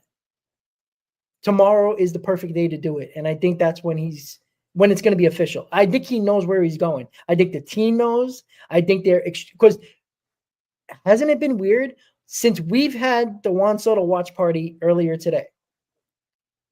It's been extremely quiet. Oh, extremely quiet on the Soto front. Even yesterday, there was some stuff coming out. Even if it was, guys that we're not really trusting, there was stuff coming out. And even Heyman came out with a post article. Today, nothing, except for the early morning thing where he talked about everything being equal and all that stuff. Other than that, it's been extremely quiet. So what does that tell you?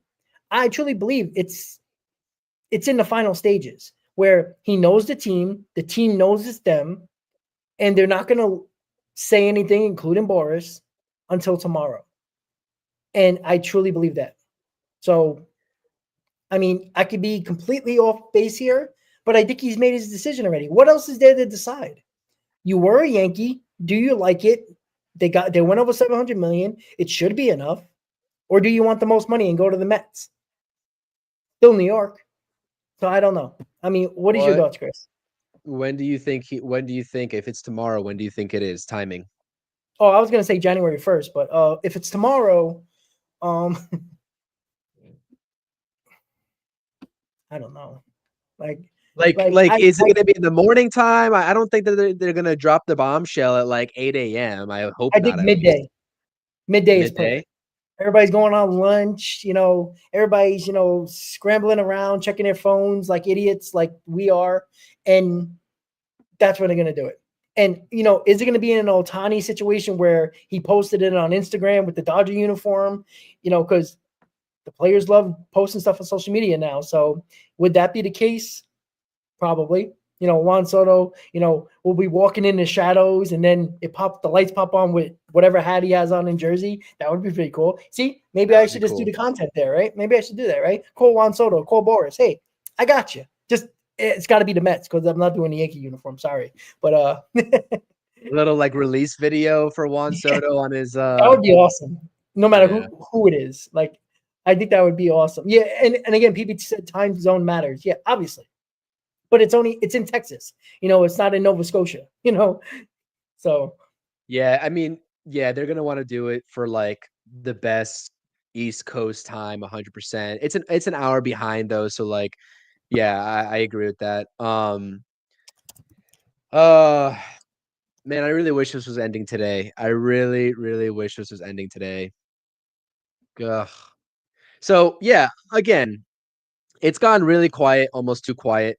Everybody has pointed that out already. I think the last solidified news that we got was Um, Was it Heyman this Heyman, I morning? think it was Heyman. Hmm? Although Mike Rodriguez tweeted something out saying "Bing Bong," which is obviously the Knicks thing, and Great. so you could either. I tweeted Juan Soto with eye emoji. Great. I mean, which one's more believable? You know, I mean, come on. Like, No, but I I mean, do. I do think though that we could. I still think we could get the news tonight. I still think we can get the news tonight. yeah, I'm before hopeful. midnight, I would like to get some sleep tonight. That would be nice.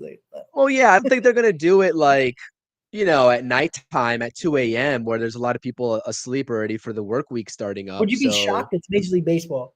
They do shit completely backwards. well, Correa was like 2 a.m., wasn't it? I was asleep Yeah. when the Correa thing went I was down. at work. I was at work and I was listening to WFAN and I'm like, wait, did he just say the Mets got Correa? I'm like, how did that happen? And then my friend came around the corner and we were like, yeah, we're high fiving each other and shit. But sorry, that was history. That ended up being a disaster. Heyman said he thinks the Yankees are ahead of the Mets. What does the middle mean, Ethan? What does that mean? Yeah, the equal part. It's not equal. Again, we can all do math here. 730 minus 710 is $20 million difference. That's not equal. Again, the pinstripe is not just what it was. Like that has not.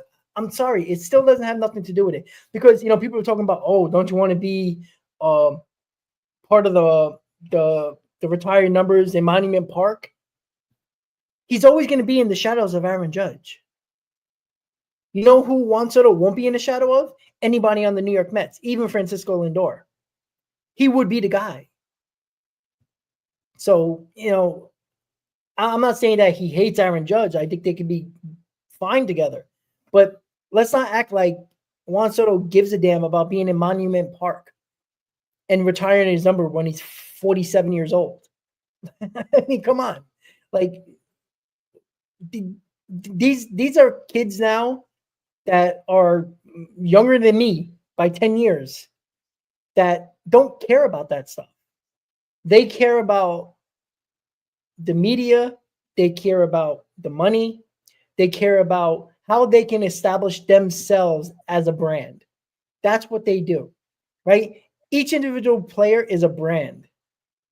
They believe, especially the younger generation in baseball, in sports, they believe they are the brand that makes the team what they are. They don't believe the team is what makes them. They don't think like that anymore.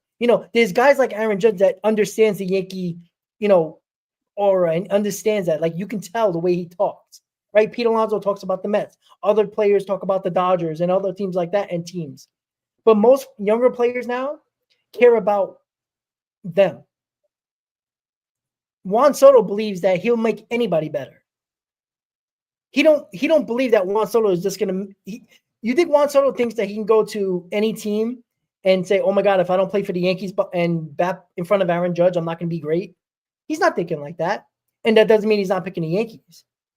But I truly believe that they think like this nowadays. Look at the way sports is, right? There's no loyalty anymore in sports. I all this to say, I will say, just from my perspective of things, I agree. The reasoning behind Soto going back to the Yankees and this whole pinstripes bullshit is just what I just said it is. It's just bullshit.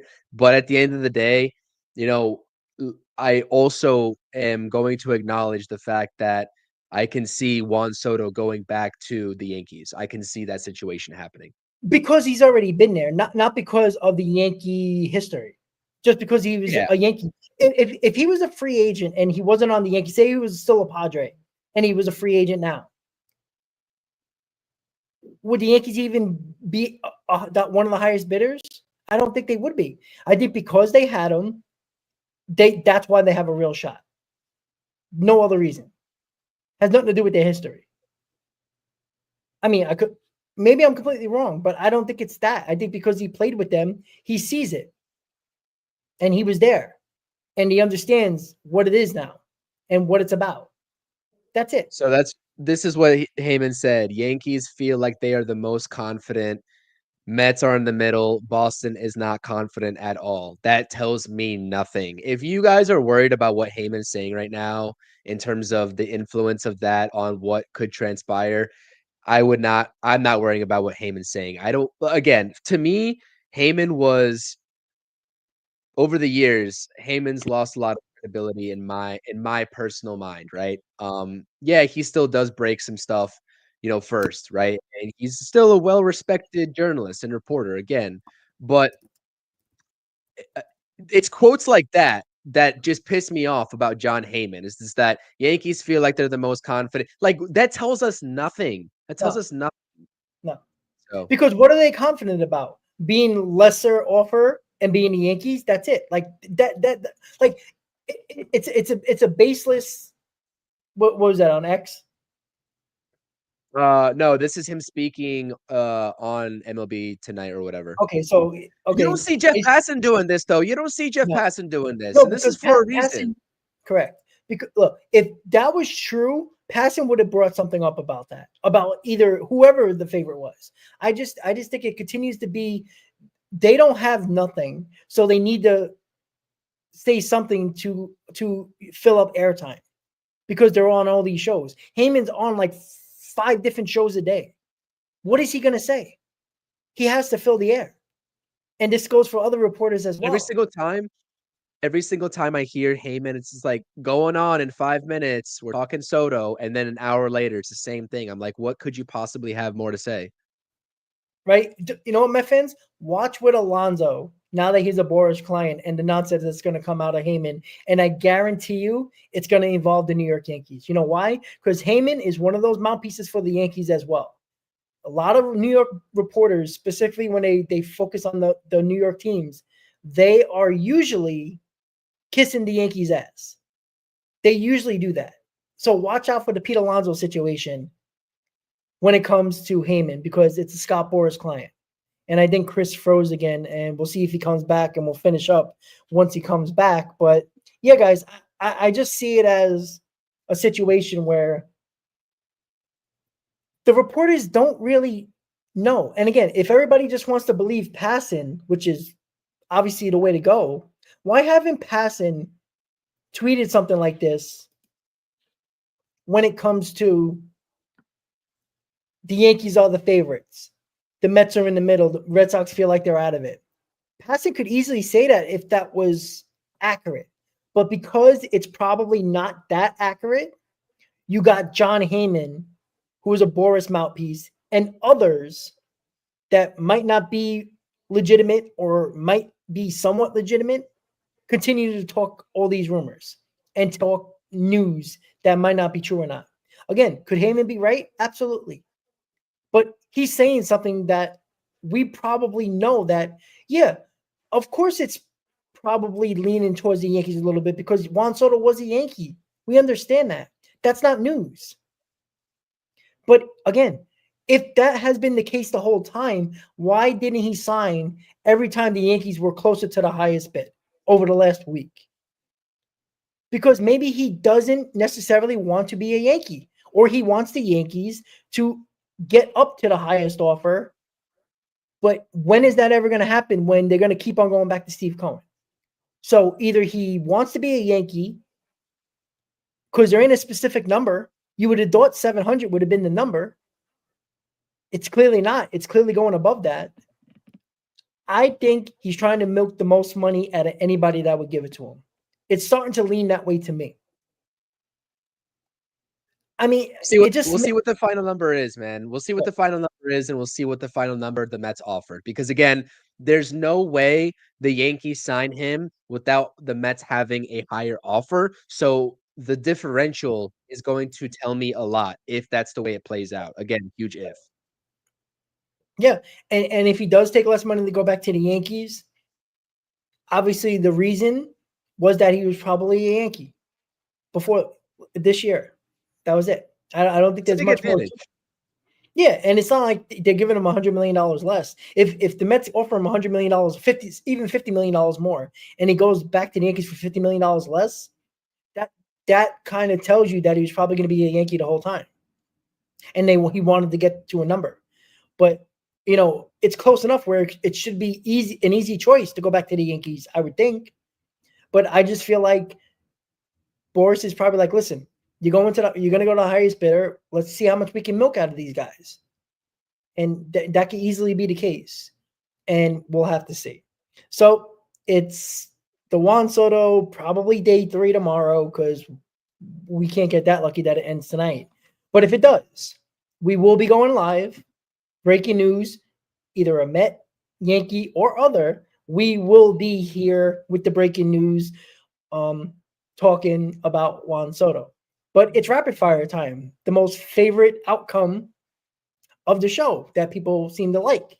I get comments about it a lot and emails about it, which is interesting, that people like the rapid fire. And I think we're going to start doing, Chris, if you don't mind me just bringing it up real quick, having people, we have I don't know if you have your email, your channel email, but I have my channel email on my channel page. We can have somebody or many people email us a rapid fire question and we answer it.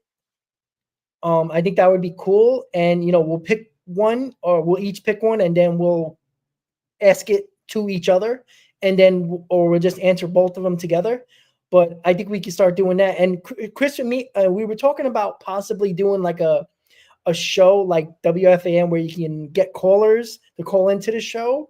That's kind of hard to do because we want to make it a way where you don't get like 50,000 trolls and actually people don't want to ask questions. We're trying to figure that in out. your chat, Rob, especially in your chat, you need those Yankees fans in your chat are going to be trolling you for sure. Oh, man, But I to do that, I think that's like people who want to come up and speak their mind, right? Not only having, relying on us to read their chats, which we do. We try the best of our abilities to do. It'd be cool, but again, trolls have to ruin everything at that point. So we got to find an efficient way to make that happen. But yes, I think I have my email already on my channel. If I don't, I'll put it up right after the stream.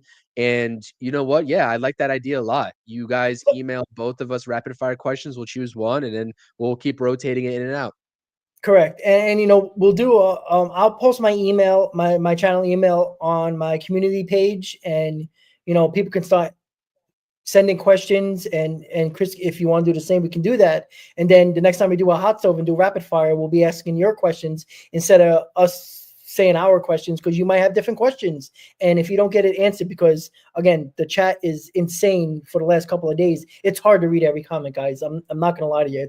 It's rolling 100 times a minute. And every time I look away, there's like 50 comments that pass by. So I think that's a good idea. We're gonna look into the caller, have a show where people can call, subscribers can call, but we got to find a good way of doing it going forward, and we'll figure it out, but we're going to get to that point. So rapid fire question. Chris, do you have a rapid fire question? You asked me yours first. Okay, so I had two. I don't know which one to ask, but I'm going to ask this one. We talked about Nathan Eovaldi. What do you think a contract for him would be? Because when he brought it up, I'm like, nice, but where are we willing to go to get Nathan Eovaldi? What do you think the contract would be overall, in your opinion? Obviously, Spoke Track has their idea, but yeah. I did take a look at what Spoke Track's evaluation was for him. I think it's a little bit on the lower end. I think they undersell. Their algorithms can't predict the supply and demand factor. So that's why they're always consistently lower than what they actually are and what the contract's actually going to be. I can see a world where he gets 25 million plus, probably like a similar Sean Manaea AAV type deal. Maybe more, right? Maybe more. I would say, if my math is correct, I would say 2 years, 50. I'm going to say 2 years, 54, to be honest with you. 2 years, 54. That's $27 million per year. And that's a short-term deal, to be honest with you. 2 years, 36 million is not happening. 2 years, 36 million is not happening. no, he's getting more than that. Way too low. That's way too low. I mean, they're projecting Eovaldi to get $22 million per year from Spotrac. Again, they always undersell these free agents, I would expect him, especially with the markets like right now, for him to be in that $50 to $54 million range, right? Yep. That's what I think. And it could be a 3-year contract with an opt-out after the second year. There's a lot of different ways to work it, but I think you're looking at $25 to $27 million a year for Eovaldi. That's what I think. Yeah. Obviously, I mean, you say Kikuchi, Luis Severino got $22 million. Eovaldi Right. is better.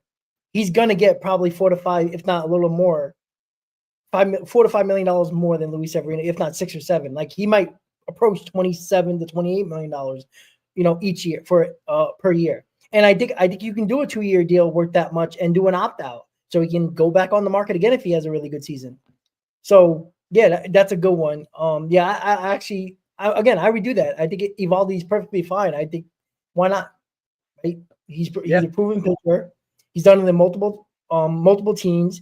He's very established in the postseason, which I love. A lot of World Series experience. Bring him in. All right, Chris, what do you got? I was going to ask you the same kind of question. It's actually funny that we were thinking on the same wavelength because, again, a guy that is a free agent and pending free agent for the New York Mets, and we're talking about these inflated contracts for these pitchers all across free agency. What do you think Sean Manaea's contract is going to look like? Probably similar, if not a little less. I think AAV. I think years-wise, I think there's a possibility somebody gives him 4 years. And that's where I think the Mets might fall out, to be quite honest with you. Maybe they'll bite the bullet. I mean, it depends on who falls off the board, right? If they're looking at Bueller or Eovaldi and they jump off the board and Manaea is there and they might have to, cough up that fourth year, I don't think they go in 4 years with Manaea. Maybe they will, maybe I don't think so. So I'm going to say 3 years, $27 million per. So do the math. What is that? 3 years? Hold on. I got to do the math here. It's driving me nuts. So let's. What the hell did I say? 27 3 for 80 something, right? 3 for 85, maybe. I said 27, right? That's what I said. 27 per. 27 times 3. So that's 3 years, $81 million. I think that's okay. So if you do 4 years, that's $108 million. That's a possibility. I'm telling you, there's going to be a team out there that is desperate enough that might lose out on the bigger name free agents. There's some people that might believe. Again, there's some people that believe that Manaea has fixed himself and could be that definitely a number 2 and possibly a top of the rotation guy. $108 million is a bargain for a number 2. So 27 for 3 years is my opinion, but I feel like somebody's going to give him a 4. I'm not confident the Mets will give 4 years. I don't mind. I don't think they care about the AAV. I think the years is the problem. But it's kind of interesting to project that AAV because if you do give him the protection on the 4th year, I think that you don't have to go up to $27 million per, and you can do as who said this in the chat, 4 for 100 even. Herv said in the chat, 4 for 100 even. That's 25 million per. I think that's definitely feasible as well.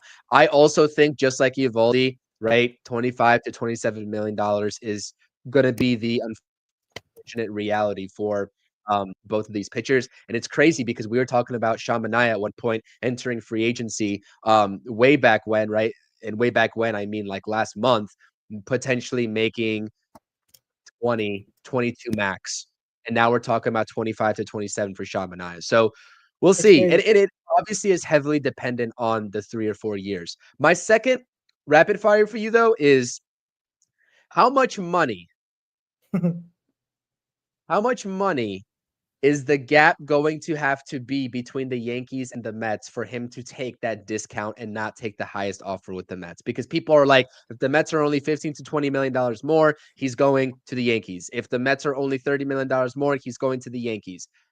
How? Because again, I'm not sure if you even agree with this. So if you don't, you can definitely push back on this in terms of if the Mets are only $10 million more, that's more money. Everyone's saying he's going to go to the highest bidder no matter what. Well, if you believe that, then okay. But if you don't, if you think that he would actually take a discount with the Yankees, what is that gap? What would that gap have to look like for the Yankees to win him over? Well, clearly the Yankees are never going to be the highest bidder. And the gap, you would think the gap has been between $15 to $20 million this whole time, regardless of where the total overall contract was, right? When it was around the $600 million mark, when the offers were first gathered, right? It was probably always $20 million. So what has stopped Juan Soto from not signing with the Yankees for a $20 million gap? Right? It might have been a $5 million gap, $10 million gap. Maybe it's now 20 million. Maybe it increased, right? Maybe a week ago when, a week and a half ago when Soto first had meetings with everybody and they gave offers on the table and it was ranging between $550 and $600 million. Maybe the Yankees were only $10 million away from the Mets or another team. I don't know. I don't even have a number, but I have it. I'm going to say what it is right now, he still hasn't signed. So I don't think it's $20 million. I think the fact of the matter is he's taking the most money. I don't think there's a number anymore. I don't think so, because at any moment he could have signed on the dotted line with the New York Yankees. At any moment, they got close to the highest bid. He has not done that over the last week. Why? Even if you want more money, and the Yankees are never going to be the highest bidder, at some point, you're going to sign somewhere. I just don't know. I think the $20 million mark is more than enough for him to sign with the Mets. Maybe the Mets can still say, you know what, screw this. We're going $50 million more. And then it's probably a no doubt.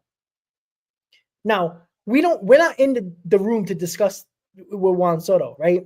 That might be the ultimate factor. But we don't know that. Maybe he doesn't care where he goes as long as you're the highest bidder. And if you can continue to still milk money out of the highest bidder, why not still do it? Which they might be doing. I think specifically Yankee fans and maybe some Met fans that are kind of coping. I truly believe that Juan Soto has no loyalty to the Yankees. I think they're overestimating the loyalty to their team, because there was no loyalty with the Nationals and no loyalty to the Padres. And right after you lost the World Series, Juan Soto could not wait to answer that question about everybody has a chance to get me in free agency. That's a fact. I didn't say that. He did. So in this aspect, I don't think there's no loyalty. I think the gap is whatever it needs to be. And if Soto, look, put it this way, it's already $20 million. So if Soto went to Cohen and says, I need to have $20 million more than the Yankees offer, wouldn't he continue to do that?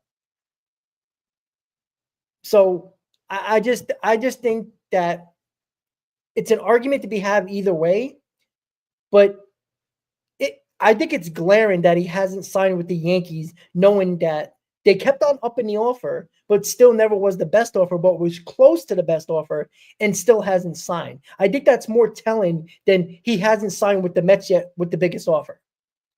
Now, you can make an argument either way, but I think it's more telling that the loyalty that Yankee fans think he has to the Yankees is not necessarily that much, clearly.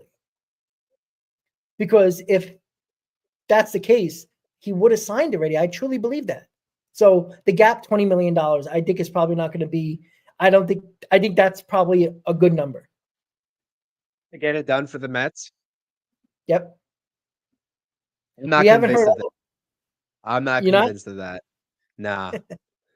I think it's I think I'd start it at 40. I think 40 is the number. And again, there's might be a reason for why the early reports, again, we haven't heard it as much recently, in the fact that the Mets would be willing to go $50 million beyond what the highest offer is. I think 40 to 50.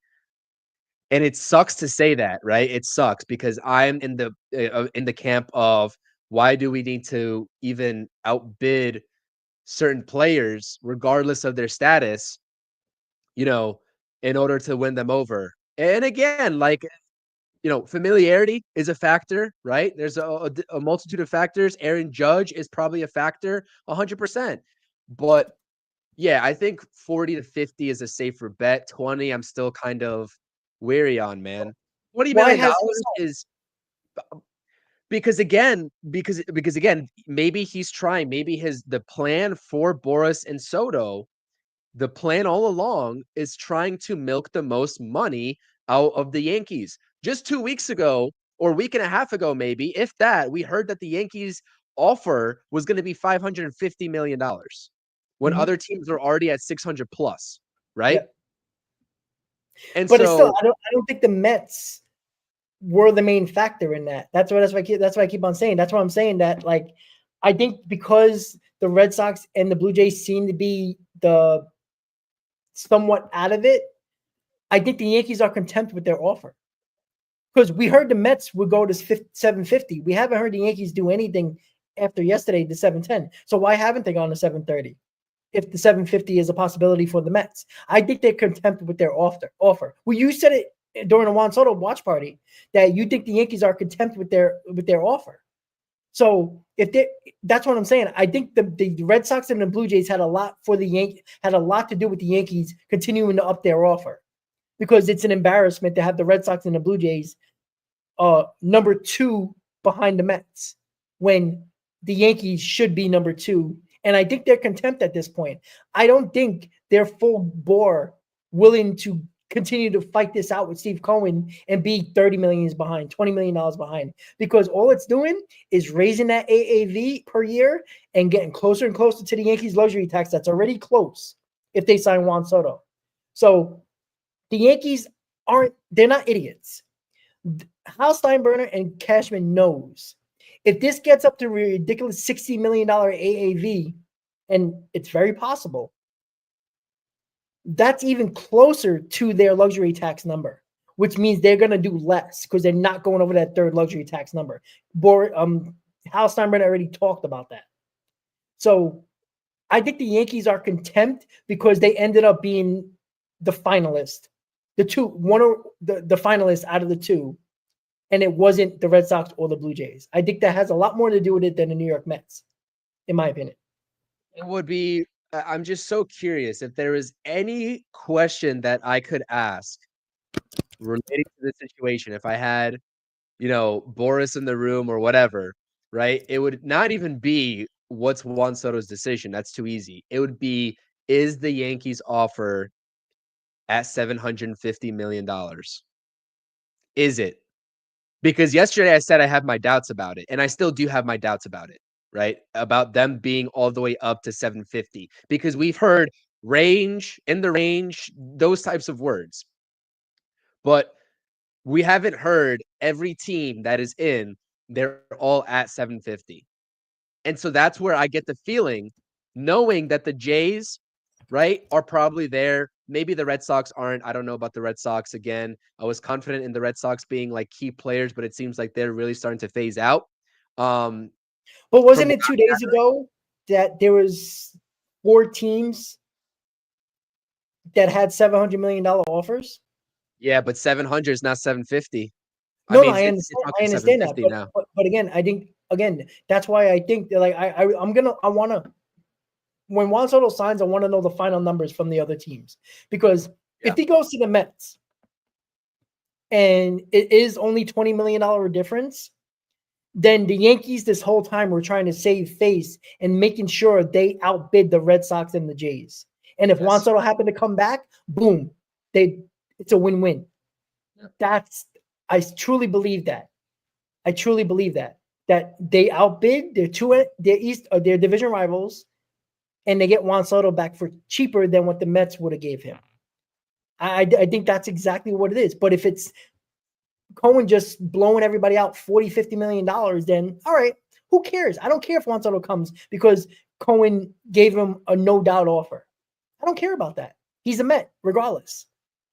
But I truly believe that now we do believe that the Blue Jays and the Red Sox had somewhere around, if not just 700 million, or say 705.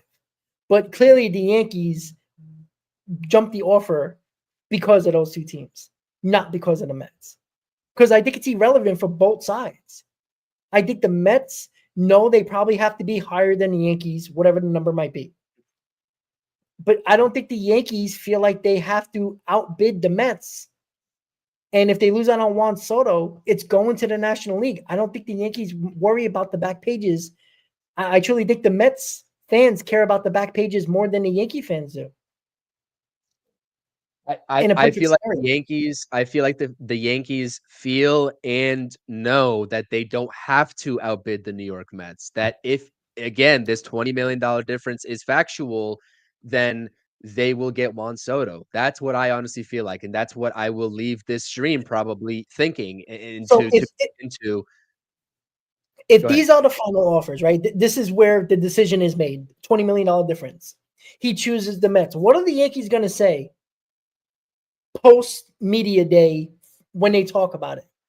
Well, we weren't comfortable going the extra $20 million. They're going to get destroyed by their fan base. You're willing to not go to $700 million, but not another $20 million, which is, again, we did the math, another $1.5 million per year. That's not going to make or break the luxury tax at all. So that's what I don't understand. Like, they're putting themselves up where they're relying on the pinstripes and $20 million less. And I think they're content. I don't think the Yankees are making another offer. I think they're done. I thought that, but now I don't know. I'm not sure if I'm convinced. I don't know. I mean, if they do, then you know what? Again, I already think they have a respectable offer. I don't think they have nothing to shy away from or be blamed for anything. I don't think they have any responsibility to get any blame here. I think they've done a really respectable job doing what they needed to do. Well, do you find this curious, Rob? Do you find this curious that yesterday we heard 7:30 and 7:10 respectively for the Mets and the Yankees, and then we heard later on that presumably the Mets went up to 750. Why would the Mets do that? They were already at 20 million difference. Why would they feel the need to go up to 750? Maybe they know the gap is $40 million themselves. Is it true? Well, yeah, exactly. Well, I agree with that. We can say that about any report. We heard that rumor once, right? We heard that somewhat legitimate account once, and then we heard nothing of that. You know, people keep on saying they believe it's going to go past that or around 750, but there has not been none. This whole day has been 730, 710. Nothing of the contrary. So that makes me believe that there's a decision already made. To be quite honest with you, I truly believe that. I think this is a whole. Again, I'm going back to the whole. It's NFL Sunday, and I don't think they want to do that. Now, again, this is not saying that he's going to choose the Mets or the Yankees. Again, I don't think anybody has a freaking clue. But I think there's a reason why it's been very quiet today, because I think it's already been determined. And why have the numbers come out confirmed now that 730 and 710 is the numbers and it happens to be the Mets and the Yankees? Why has that been confirmed? Who leaked it? Was it Boris?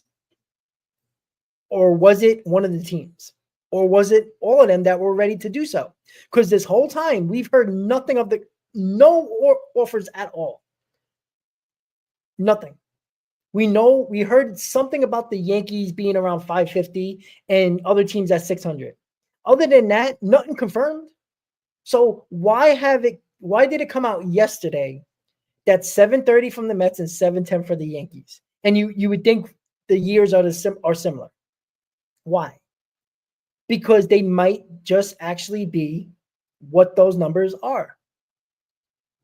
Because like it doesn't make sense how nothing happened today at all. That makes no sense to me. That there has been nothing, no up in the offers that have been confirmed. And you hear the Yankees going after Teoscar Hernandez now, the Red Sox going after Teoscar Hernandez in on them. You know what I'm saying? Like, why have we heard that all of a sudden? I don't know, man. It's so weird. It's so weird. Like, there's so much conflicting reports, and that's why we all needed to end, because we're sick of it. Yeah. Wherever he goes to, great. Somebody's going to be excited. Other fan bases are going to be pissed off, but we're all going to move on. And that's even more important. We need to move on at this point. Yeah, and you're right. I think just to say the final piece here is that I think that the decision could already be made, like you said, and now they're just trying to find the right time to announce it, right? The time that's going to get everybody's attention. So it could be a fact, um, but I don't know. We'll find out shortly whether it's tonight or whether it's tomorrow. I would also agree, maybe midday. If it drags out until like tomorrow night, I'm going to be so pissed off. But Yep. I gotta yeah, start going to that's work. Oh my goodness. Yeah. So again, I don't know. Are we ending it here? Because I think that this Yeah, I I don't think it's know. yeah. Yeah, I think we cut it here and then we play the wait game just like we did last night. So I appreciate everyone being here again. We wanted to talk about more topics than just Juan Soto. We gave you some trade bat options, some trade market bat options. We talked about Kyle Tucker. We talked about Yandy Diaz. We try to talk about everything, the pitching aspect, starting pitching, bullpen. We wanted to give you all something more than just the Juan Soto, but of course, all of our discussions are going to come around Juan Soto until he finally decides. So we appreciate everyone being here, both on my channel and on Rob's. Again, make sure to subscribe to both channels and hit the thumbs up on both channels. And again, I hope we see you soon. Like if we get off this live and then we get news in like 15 to 30 minutes, I would be ecstatic and I'd be like, hey, nice to see you guys again. It doesn't matter who he signs with at that point because it's over and we can start getting on to the bigger and better things of the rest of the market. But again, I appreciate it. We'll see you soon at the very minimum, whether it's later tonight or tomorrow. And again, let's hope for the best. A lot of unconfirmed reports, but the one fact of the matter is that after that Heyman tweet from earlier today, and I'm not even counting this one that he just said at the winter meetings because that told us nothing. It has gone quiet. It has gone Yep. quiet, ladies and gentlemen. And John Heyman also had to speak a little bit more because he can't leave. He can't leave without saying a cliffhanger. Juan Soto likely signs tonight or tomorrow night, per John Heyman. So Thanks, John. really, thank you, John. Never mind. I'm not even gonna say it. All right. So appreciate you guys. Another Mets Hot Stove in the books, episode 12. Over 2 hours of a Mets Hot Stove. We talked a lot here, starting pitching, bullpen, and of course, the great Juan Soto. We had to talk a lot about. So another long show, but we all appreciate you coming on once again and hanging out with us. Make sure you hit that notification button on both channels, guys. As soon as something happens with the Mets or Juan Soto, we are going live. We will be here 9 o'clock, 12 o'clock, 2 a.m. It doesn't matter. We will have the breaking news on the channels. So make sure you hit that notification button so you will not forget that we're on. With that said, guys, thank you for tuning into another Mets Hot Stove, episode 12 in the books. With the meetings officially start tomorrow, we're on Juan Soto watch once again all night. Have a great night, guys, and let's go Mets.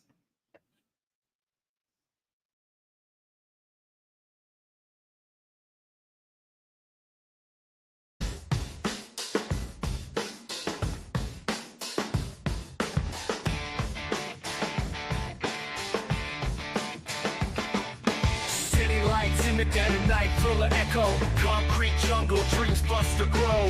Mets in the air, chase glory, no fear. Broken backs, but hearts steer clear. OMG, the chaos, what a scene.